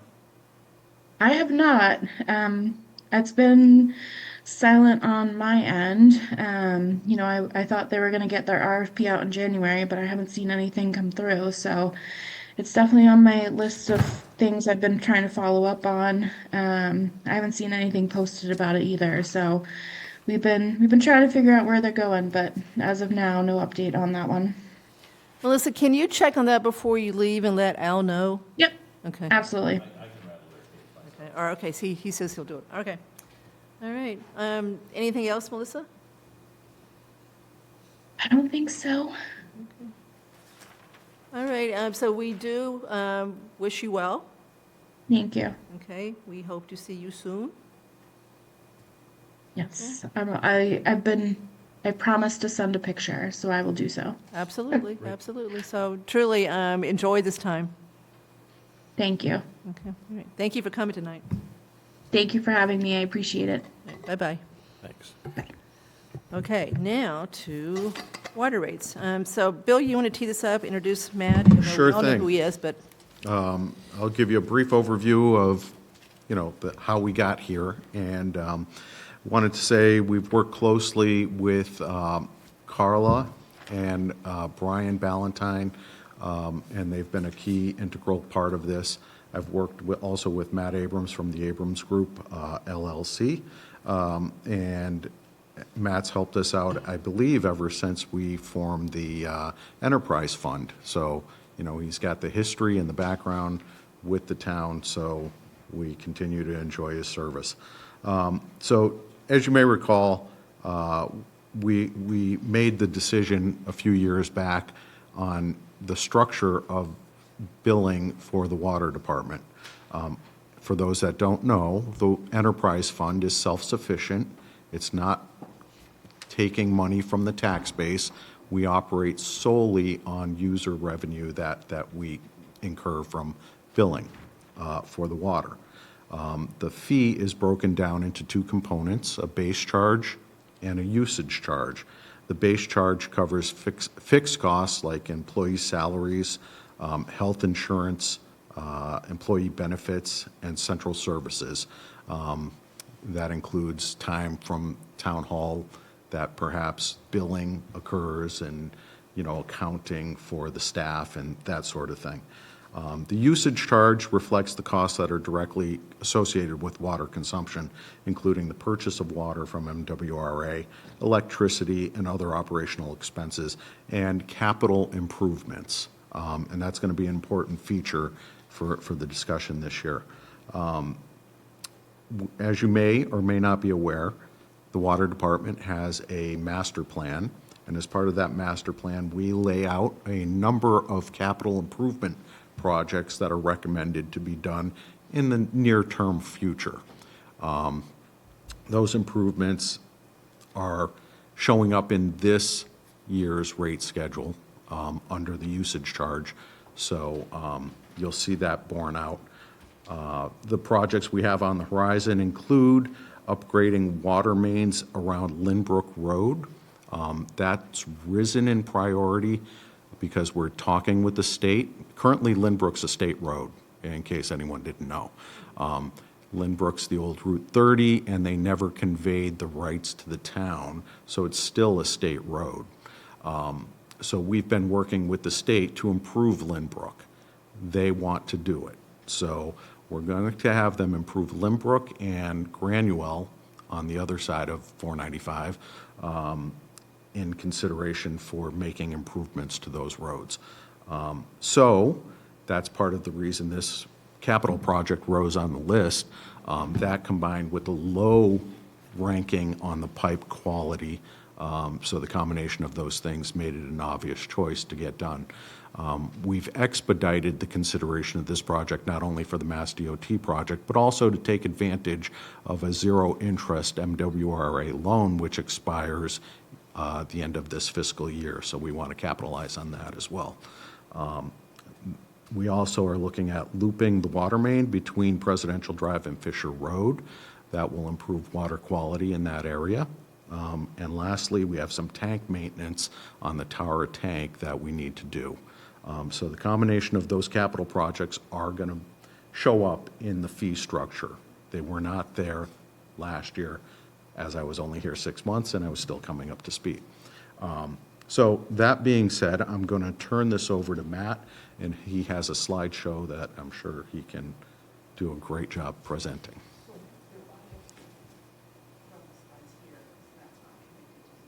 Correct. Yep. Hi, good evening. Matt Abrahams from the Abrahams Group. Happy to be back before you to discuss the State of the Water Enterprise Fund, as well as to begin the conversation on rate setting for the upcoming fiscal year of FY26. And as you may recall from recent presentations that we've done, we don't just look at 1 year into the future when we're having that discussion on setting rates for the next fiscal year. We'd like to give you a multi-year look so you can see fiscal years beyond just the next fiscal year, FY26 in this case. So we've done the same as part of our analysis for the town again this year, and we've included the results of that analysis in the packet that you've received, as well as on the slides that we'll be going through momentarily. So please just keep that in mind. I believe we'll be focused on setting a rate for FY26, but we'll be presenting rates further into the future than just FY26 as we move forward with our presentation.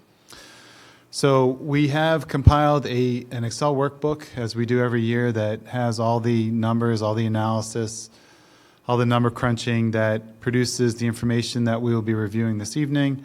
I believe Bill has a copy of that, as well as Carla and Tammy as well. So that information is available if you want to dive a little bit deeper. But we will present, the high-level results of the analysis this evening. So slide number 1, we'd like to just take a quick look back at what has happened in the recent past. This is an updated slide from last year's presentation. We added what happened last year in terms of changes to the structure in that top table. So now we have about 10 years of looking back into what has happened with water rates over that period. And you can see that there's a wild variation with what has happened, including several years where nothing happened, but also multiple years in which tiers changed or the base charge changed as well. So we think back to 2 years ago at this time, we looked at tier changes and we looked at a change to the methodology that produced the base charge. That was 2 years ago.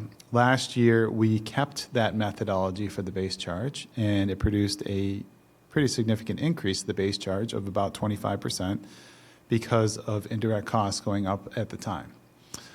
Rates were increased 3.5% last year per our recommendation. So that's a quick snapshot of what we did last year. The bottom table is just a financial look at how the fund has performed over the last few years, including a projection for the current fiscal year of FY25. Now, I just want to quickly note that we are not including retained earnings that have been appropriated as a funding source here. So this is true bottom line impact on retained earnings. So for example, FY22 had a deficit of about $439,000. Presumably retained earnings fully cover that. And we are projecting a deficit of about $300,000 in FY25. So again, retained earnings will cover that. Retained earnings historically has been pretty strong over the last few years. It has dipped a little bit recently. We're projecting about $380,000 at the end of this fiscal year, but that does not include a rate increase for the upcoming fiscal year of FY26. If one were to happen, then the retained earning certification would be a little bit higher because less would be needed to balance the budget.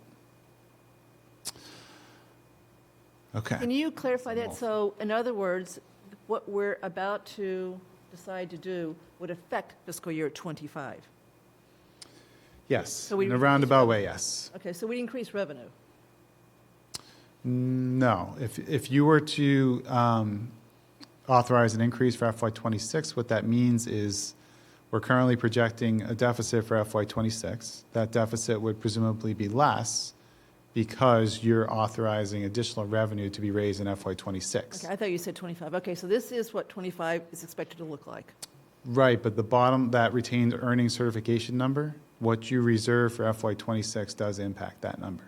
You explained that to us last year, how it's not a straightforward roll It's forward. not. So I'm not, so we won't get into that. The DOR calculation for how retained earnings is determined is complicated, yes. Okay. Can I go back and ask a Yes, question? sure. And I don't know if it's a question for you or for Bill. So, like in FY '25 projections, for total expenditures, there's a significant, like $600,000 increase from FY '24 to FY '25. What explains that? Was there a big capital project that? Dry summer. Or water. You're talking about expenses. Yeah. Income. Yeah. Expenses are income. They're both up. No, revenues are up, like, 500,000. yeah, and then expenditures are up, but they look like they're, to me, they look like they're up at a higher pace. So I can explain what I think it is. Part of it was indirect costs, which went up a significant amount. It went up about $130,000 from the prior year. And the other big piece, two big pieces, has to do with... Indirect cost is not, it's not really you're taking expenditures from the tax part of the budget, putting them in the enterprise fund part of the budget, right? Yes. Okay. He's right. There are expenses that are incurred in the general fund that are incurred on behalf of the Water Enterprise Fund. So it's the way that the enterprise fund is basically reimbursing the general fund for that. Okay, thanks. So that's a big piece. The articles line is up. I mean, it's a budgeted number for articles. It's budgeted, meaning like these are the things that have been authorized to be spent out of capital. Yeah. Those, Authorized there's at the no, last town meeting. yes. There's no guarantee they're going to be fully spent. We are assuming they're going to be fully spent in that number that you're looking at right there. Okay.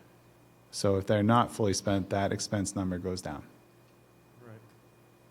So those are the two biggest pieces of why that number is much higher than last year. So it's a number based on the budget. Now, that may not be your actual expenses in FY '25. Okay. That's a budgeted number as of now, that 3.3 million. Does that help? Yes. Okay. All right, so here's our first look at I was going to say a potential rate plan, but it's really not. So what we wanted to show you here is our baseline, was what we were looking at for a rate plan last year at this time when we were deciding on a rate. You may recall that we became pretty comfortable with what we were looking at, and that included a 3% annual increase to water rates over, at the time, it was 4 years.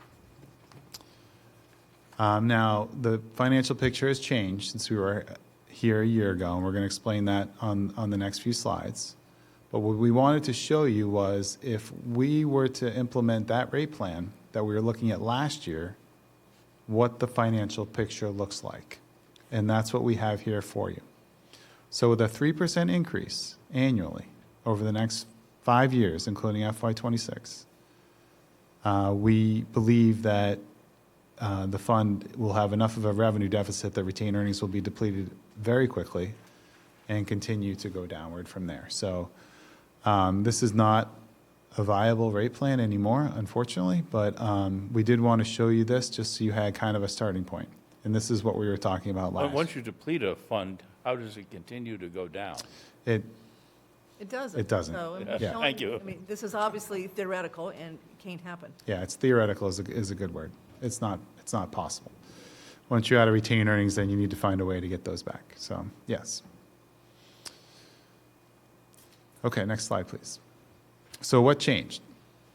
Why does the financial picture look way different? Here are two large reasons why. Number one, revenue estimates. When we did this last year, you may recall that we were coming off of a year where there was a transition to the billing structure. The tiers changed. On top of that, there were a decent amount of monthly accounts that were converted to quarterly accounts. So when we were trying to compile what we thought a good usage number was, we were working off of data that it was reliable, but we couldn't use it as is. We kind of had to tinker with it because A, the tiers changed, and B, those monthly accounts were now quarterly accounts. So we did our best to try and massage the data into what we thought that would be for 1 year worth of usage and ultimately revenue. And we learned, unfortunately, this year that we were high on those estimates when we did that.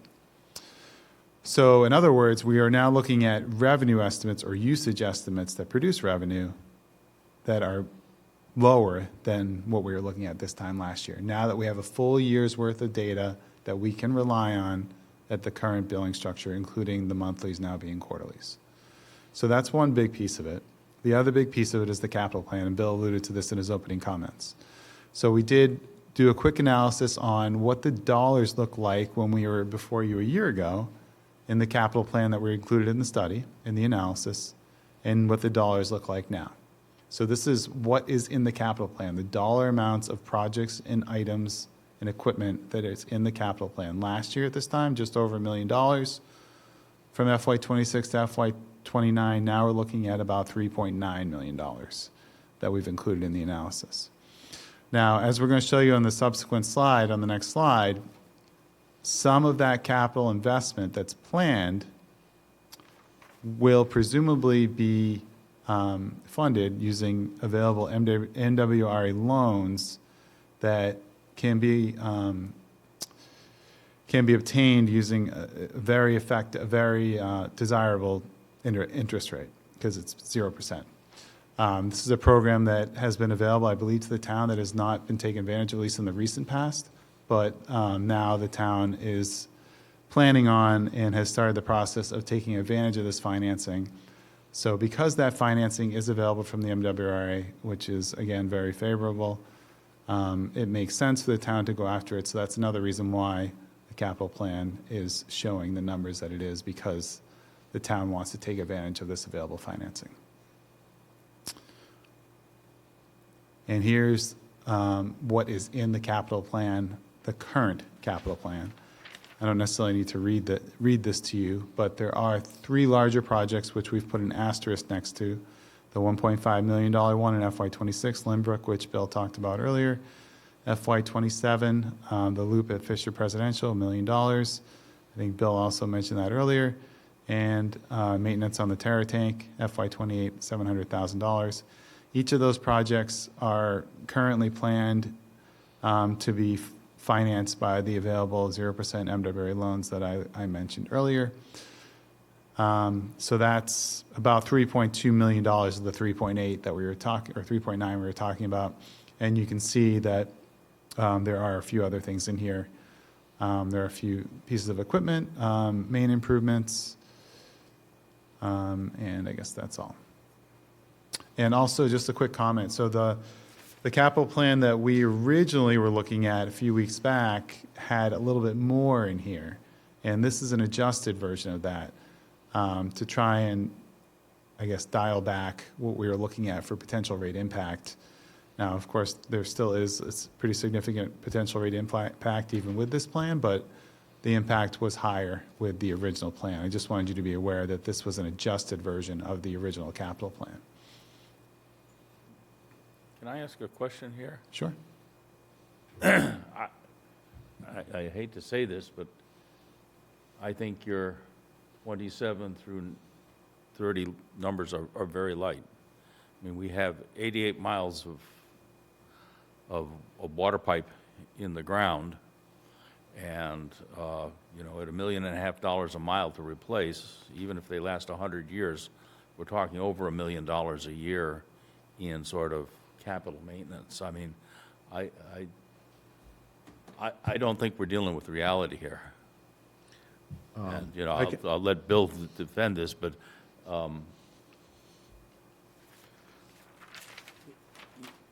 we got a handle on 26. I don't think in the out years we have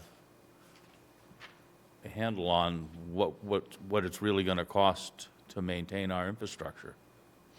So, if I may, so as you know, the town of Hopkinton has a project that's going on, and as part of the discussions with the town, they are also, if their project goes forward and things work out, they are also going to replace miles of water main in town. In addition to that, we're going to have a fund that gets established so we can prioritize other items that are on our capital list. So I think if that goes forward and this goes forward, I think we have a lot on our plate to get done over the next 5 to 10 years. Okay, Yeah. good answer. Yeah. All right. Okay, next slide, please. So what does all this mean in terms of the impact on the charges and the rates? First, we'll talk about the base charge. As Bill alluded to earlier, what the base charge is focused on, this is the methodology that we adopted 2 years ago at this time. It's focused on recovering identified fixed costs that the water department has annually, specifically salaries but not including overtime because that's not fixed, and indirect costs. Those are the costs that are part of this methodology annually. We use the American Water Works Association Support Equivalent Meters methodology in order to set the base charges. So last year at this time, we had a conversation with, we presented to you whether this methodology should continue to be used in FY25. The decision was yes. That meant a 25% increase, mainly due to a large increase in OPEB contribution. Well, if this methodology continues to be used for the upcoming fiscal year of FY26, now we're looking at an adjustment to the base charge in the opposite direction.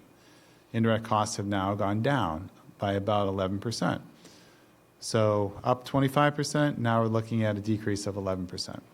So Mark is faster than I am. I was going, why do they both say fiscal year 25? The right column should say fiscal year 26. Yes, that is a mistake on my part, and I apologize for that. The rightmost column should say FY26 in this chart. So the middle column, where it says FY25 base charge, that are the charges, those are the charges today, the current charges. The rightmost column should say FY26 base charge. Those are what the charges would be based on continuing to use the methodology and a decrease of about 11%. And the vast majority of residential meters are either the 5/8 inch or 3/4 inch? The vast majority are 5/8 inch. Okay. There's a So minor the one, portion that's. 1 inch and above is commercial stuff? Correct. Okay. And these charges that are in the table represent quarterly charges.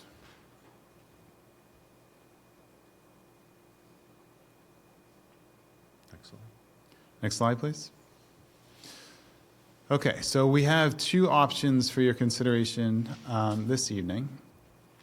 And they take a little bit of a different approach in terms of a rate plan. So what we've done is we've assumed that the base charge methodology will stay in place for each of the 5 fiscal years. So we already talked about 11% decrease there for FY26. Generally, we're assuming a 4.5% increase annually, so we have assumed that in the future years. So then the question is, well, what do we do about the rates? We generally like to target a retained earnings percentage of 20%, and that 20% is 20% of fund expenses. You may recall that first slide, we were projecting somewhere around 12%, but I also made the comment that if you do a rate change for FY26, that percentage will be higher. So we're starting with 12 as our baseline. It's presumably going to be a little bit above that. So we're kind of in the ballpark already for 20%. This rate plan here, we decided to take the approach of going a little bit higher for FY26. I guess it's a lot higher, 25% for FY26, with 5% increases in the subsequent years, 27 through 30. Again, a 5-year look, as I said in my opening comments. We also like to include a projected per bill impact to a sample group of users, and this is the same sample group that we showed you last year. And I tend to focus on the average residential user, which is the fourth user down, actually the one right in the middle. So a current bill, these are quarterly bills. Current bill for the average residential user, which we assume has a 5/8" meter, because that does matter for the base charge, $148 per quarter with the 25% increase, but also with the 11% decrease in the base charge. That works out to be an increase of about $18 per quarter, which gets up to about $166 per quarter. So $18 per quarter is about a $72 per year impact to the average residential user under this option. So that's what, 12, 13%? My math's not that good. Well, 10%. Yeah, just over 12%.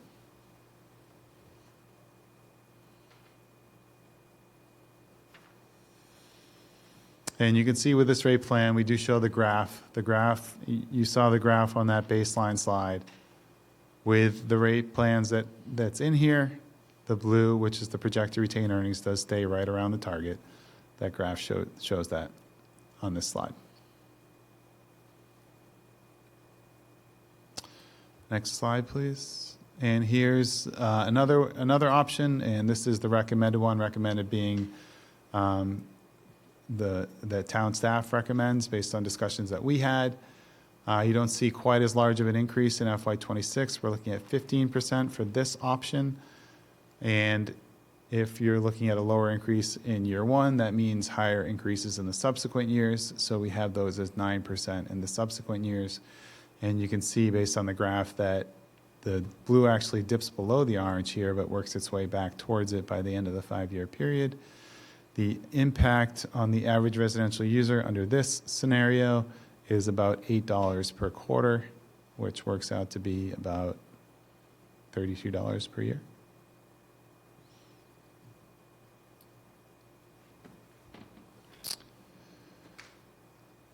And can you just go back one slide, please?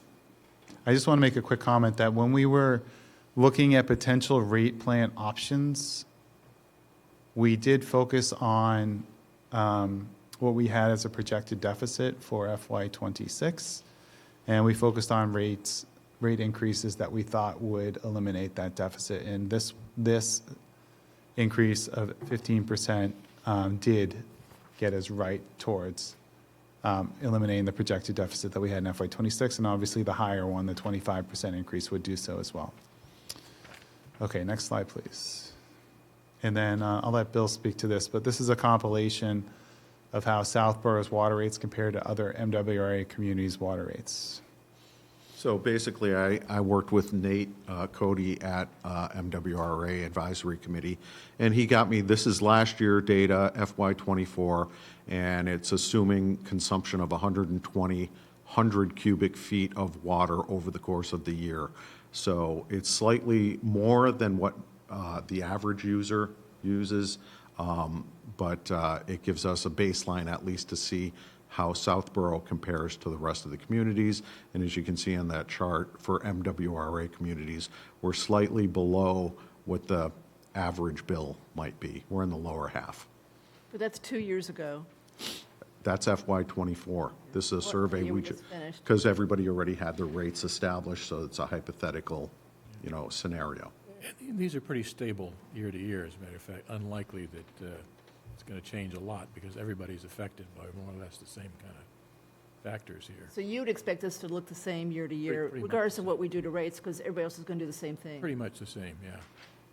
So we're in at least the bottom half, Yeah. not too far down the bottom half, but we're in the bottom half. Newton, look at that. Framingham, my goodness. Marblehead.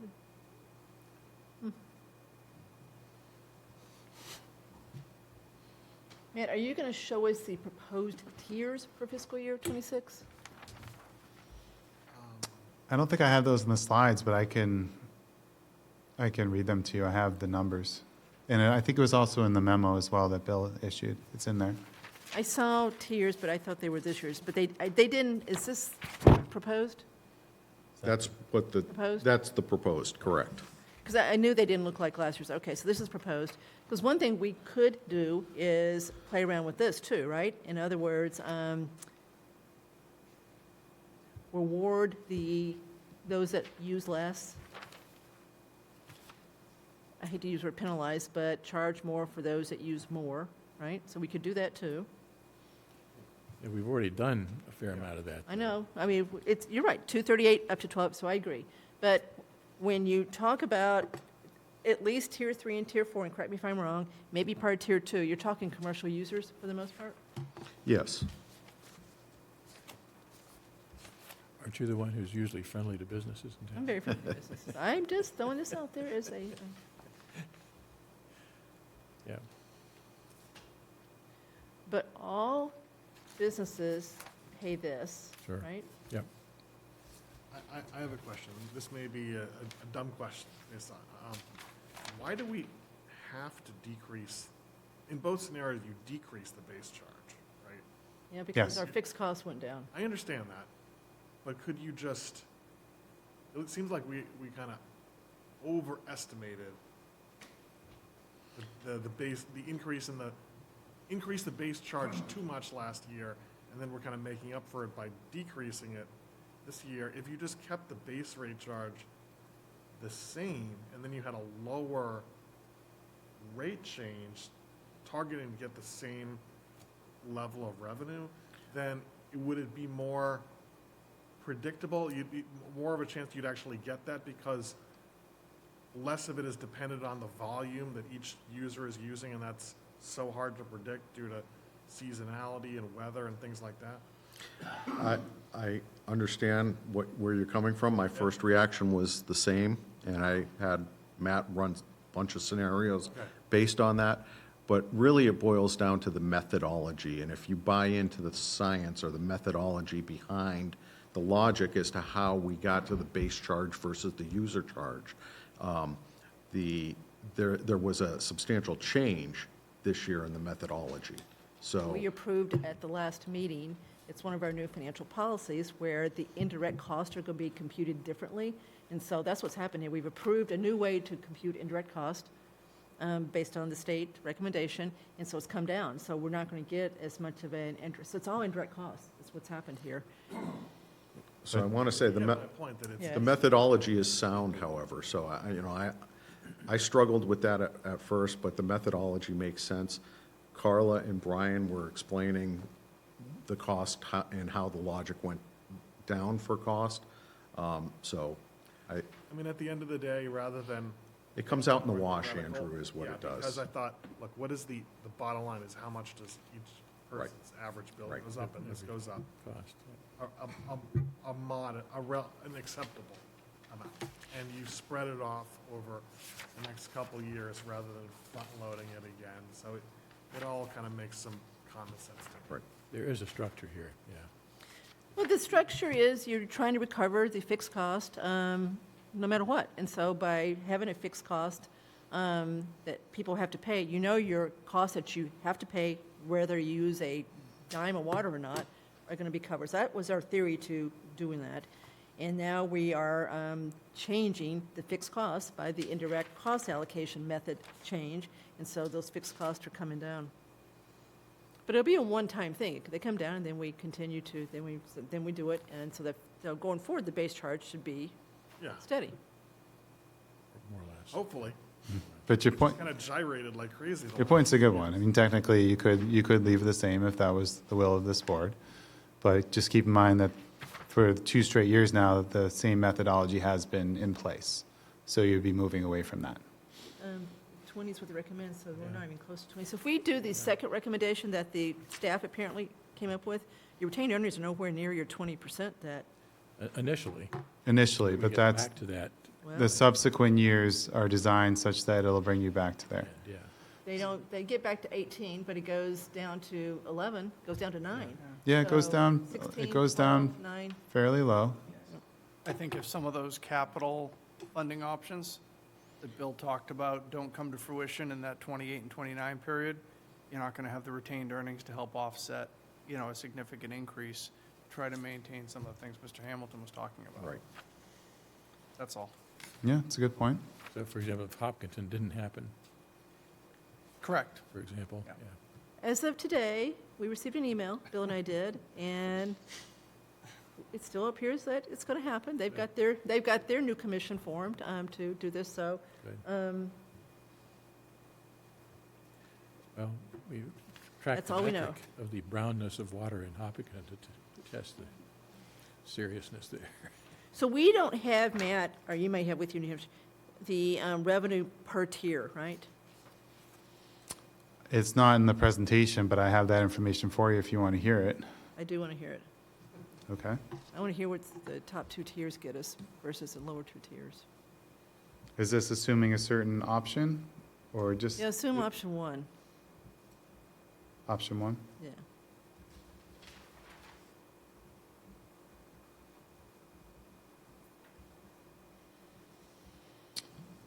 So option one, if you were to adopt it, I have estimated revenue per tier as being about $307,000 for tier one, $531,000 for tier two, $429,000 for tier three, and just over $1 million for tier four.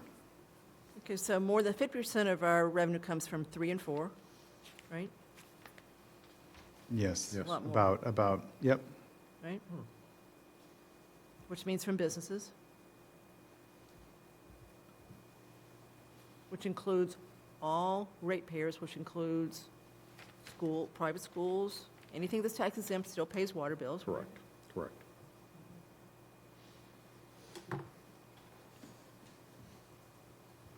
I think based on the way that your tiers fall, you will have some families in tier three for sure, but those will be the higher end users of families that are in That tier. are there's. Irrigating the. Irrigation, Yeah, that's what right, they're using it for, right. right? Okay, so we've got two options in front of us. We've got one that would generate about a 12% increase in the average user. And then from that point on, it looks like maybe a 9% increase year over year. 5%. Option one is 5% in the subsequent years. But it looks like the base is going up 4.5, so I added the two together. Oh, okay. If you look at it that way. Well, I don't think anybody cares, they care what the bottom line bill is, they don't care. Well, I think it's going to be weighted, so it's Yeah. not going to be. All right, so I'm trying, so I think it'd be helpful if we really understood by tier what the impact of option one is versus option two, and then understood the percentage increases before we vote. So the plan was, guys, to look at this tonight, talk about it, ask questions, and then vote on the 25th after we've really had time, and ask Matt to do whatever we want him to do to massage these numbers to give us more information so we can make the decision on what to do. And if we do it on the 25th, then we're going to have 4 quarters that it's going to apply to. Last year, we did it late, and so we only had 3 quarters. That's correct. This year, if we do it on the 25th, it will be spread over 4 quarters, so it won't be as bunched as it was last year, so it'll be a little bit less painful than it would be if we wait to after February 25th. Right.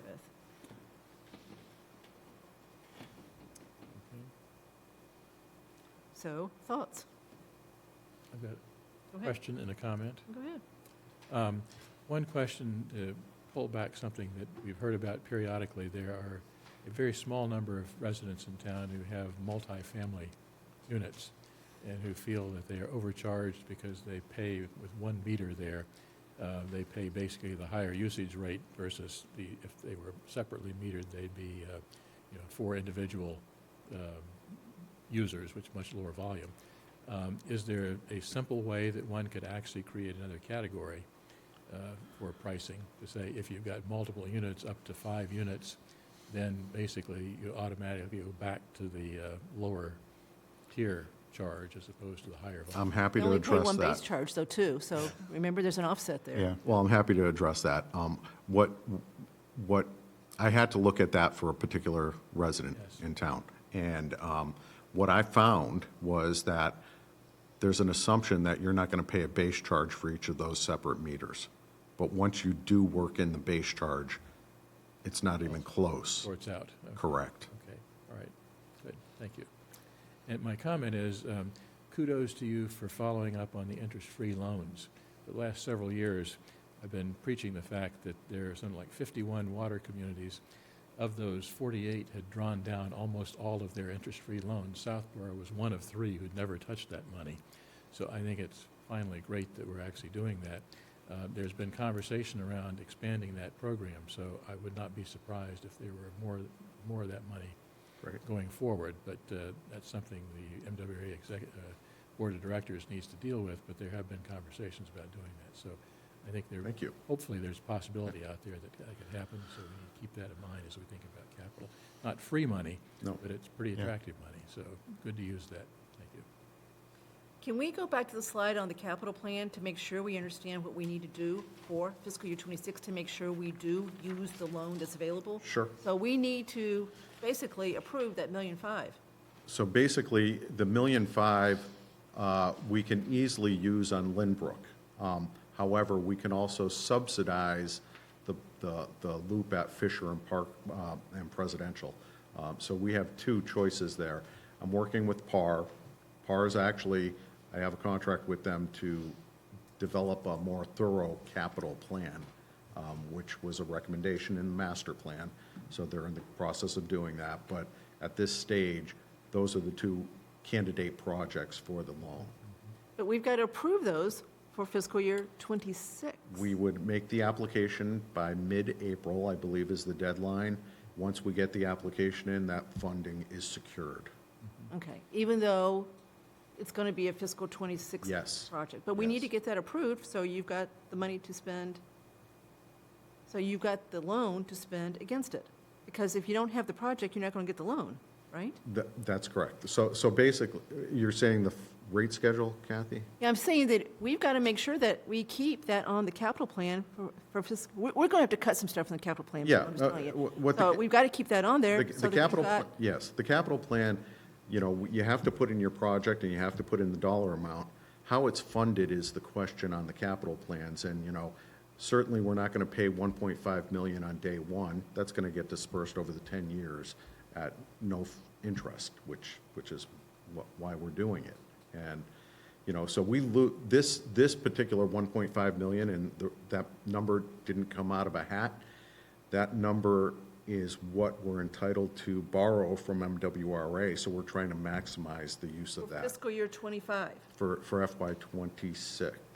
Okay, but you go in April prior to it, and then we've got to make sure you got a project to match against it, Yes, right? and we do. Okay, I know, but it's got to get approved, Bill. Yes. Okay, so I know you got there, but we're talking about cutting back the capital plan to try to get the budget balance. Right. So we've got to understand that we need to leave this on there, so the loan. Sure. will- And this is in a special category in a sense. Yeah. Because there's But I also want to say, you know, this is water, and water is separate from the Of course, tax base. Yeah. You're right, you're right. Yeah. You're right. Okay, so you're right, this is water, so, okay. But the other point, too, is that I can't remember the name of the guy who actually runs this one at MWRA, but I've spoken with him. He's a very helpful guy, and I would urge you just to stay real close to him in terms of, here's what we want to do. Does this work? Yes. With how this works, because it can be pretty complicated in terms of that process. We'll connect later. He's hugely helpful. Okay. Okay, so we've got option 1 and option 2. The base charge proposal's the same for both, Yes. right? Assuming just- methodology stays, yes. Okay, so it's just the tiers, right? It's the rates, it's really just a rate increase across all tiers. We have not run numbers related to different rate increases in different tiers, although we could do that if that's Okay, so something do of we have interest. both sets of tiers that you're proposing? We've got one. Do we have the second one for option 2? We had what's in the memo Is option. rates per tier for option 2, the recommended option. We have not yet presented that for option 1. That's option 2, what Okay. you have there. All right, and you did that because this was what That's my the staff- recommendation. That's what you recommended? That's right. Okay. Kathy, could I ask a question? Of course, Marguerite. Bill, as the DPW head, do you have a sense of what most residents' reactions to their water bills are? Do you have complaints? Do you have commercial complaints? How are people responding to the varying rates? We always get complaints. Yes, anytime there's an increase, no matter how modest, we're getting complaints, not only for the water, but for the transfer station. And, anytime we go up in a fee, we try to do our best to keep things reasonable, as I think is borne out in the two options that we presented. And nonetheless, we do have an obligation to maintain the infrastructure. And, these are things that need to get done. It's not a question. They need to get done. The initial plan, as Matt indicated, was much more aggressive. And I actually scaled it back. I talked to the engineers and saw what we could pull out and, prolong. So that's what we did. But yes, we do get complaints. You'd also get complaints if the infrastructure wasn't fixed. We would. You came in. And I would just like to echo what Sam said about going forward with zero-interest loans. Thank you. I'd like to make a motion. What are you going to make a motion on? I move that the board approve option 2 rates for FY '26. Okay, do we have a second on approving option 2? There's a second? Okay, any further discussion? Yes. Okay, so if we do option 2, everybody understands it's going to be about a 5% increase overall to the average 5/8 inch that he calls average here. Yep. It's going to go from 148 to 156. That's about $8, which is a little bit more than 5% for fiscal year 26. That's what we're talking about for fiscal year 26, is about a 5% increase for that average residential user. Agree? Yep. $8 over 146. So if we vote for this, then we're not coming back on the 24th, right? No, we're Yeah. done. Okay, so we've had a motion, a second. Any further discussion on Andrew's motion to approve option 2, which is what Mr. Cundiff is recommending? That's what I think the Carla and Tammy and Brian, the group, all recommended here that we do, to try to keep the impact for the first year a little bit lower. It's going to be bigger the next year, so it's going to catch up next year, but the first year it would be lower. But not substantial next year. Everybody ready to vote? Okay, all in favor of option 2? Great. Thank you. All right, so we're done. Great. Okay. No more model runs. All Comment. right. Thank you. Well, Matt, seriously, as years go on, we understand it better, at least I do. I think everybody else probably does too. You just got to keep Yep. understanding how And this works. getting this done earlier is great, because like you said, 4 quarters of impact versus 3, so. Yep, This okay. is Thank you for coming Thank in you. person. Thank you, Bill. had one question. Sorry, Tim. Tim Woodland Road. I just wanted to put a plug in for conservation. I mean, when you announce these things, you keep talking about the rates as structured for conservation and all that. There are 2 things that I worry about. I mean, one is, for the very low-end user, the base charge is what dominates. And so there's really no incentive for conservation. You may remember a couple of years ago, I put out a spreadsheet that showed, what it would look like if you wanted to replace a toilet, which is usually the biggest consumer in the house and so on. And it just doesn't pay back in a lifetime. So it would be nice if we could look into, what programs are available from MWRA or elsewhere to encourage subsidized support conservation, instead of just talking about it and saying, well, at the very high tiers, they're very high rates. Because most of us aren't in those tiers. And sort of the corollary to that, in reference to Mr. Dennington's comment about, well, why not keep the base rate high? The base rate is a very large percentage of a very small user. And for example, I think my bill went from $27.64 a quarter to $50 a quarter because of the change in methodology and not having a minimum usage in the base rate. So Tim, though residents are in Tier 1 and Tier 2, there's a lot of residents in Tier 2, and there's a big difference between Tier 1 and Tier 2, and we have lowered the base charge tonight. I acknowledge that. Okay. There is that one-time thing, but we're not doing anything for conservation. We're not going out and trying to get people to replace, toilets with, lower flow toilets or lower flow shower heads, or, use less for their lawns or anything like that. And there are, EPA programs and there are other things that try and encourage that, and we don't seem to address that at all. So I'm just making my sort of annual plea, that, can't we look into this and not just, say, the time we think about water is rates. And when we think about it, we say that the rates encourage conservation. Okay, maybe they encourage conservation for the really big user. I don't see that at my level. That's my 2 cents.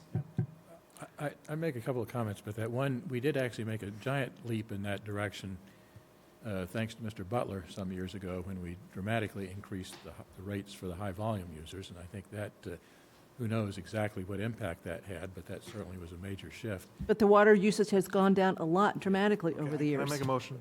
Yes. I move the board enter into executive session per Mass General Law. Thank you, Chapter Tim. 30A, Section 21, and not return to open session to discuss police chief contract negotiations, exemption 2, as the chair to determine an open meeting may have a detrimental effect on the town's position. Second. All in favor? Roll call. Roll call vote. It's Al. Marguerite. Sam. Aye. Andrew. Cook is aye. Tim, thank you for everything tonight.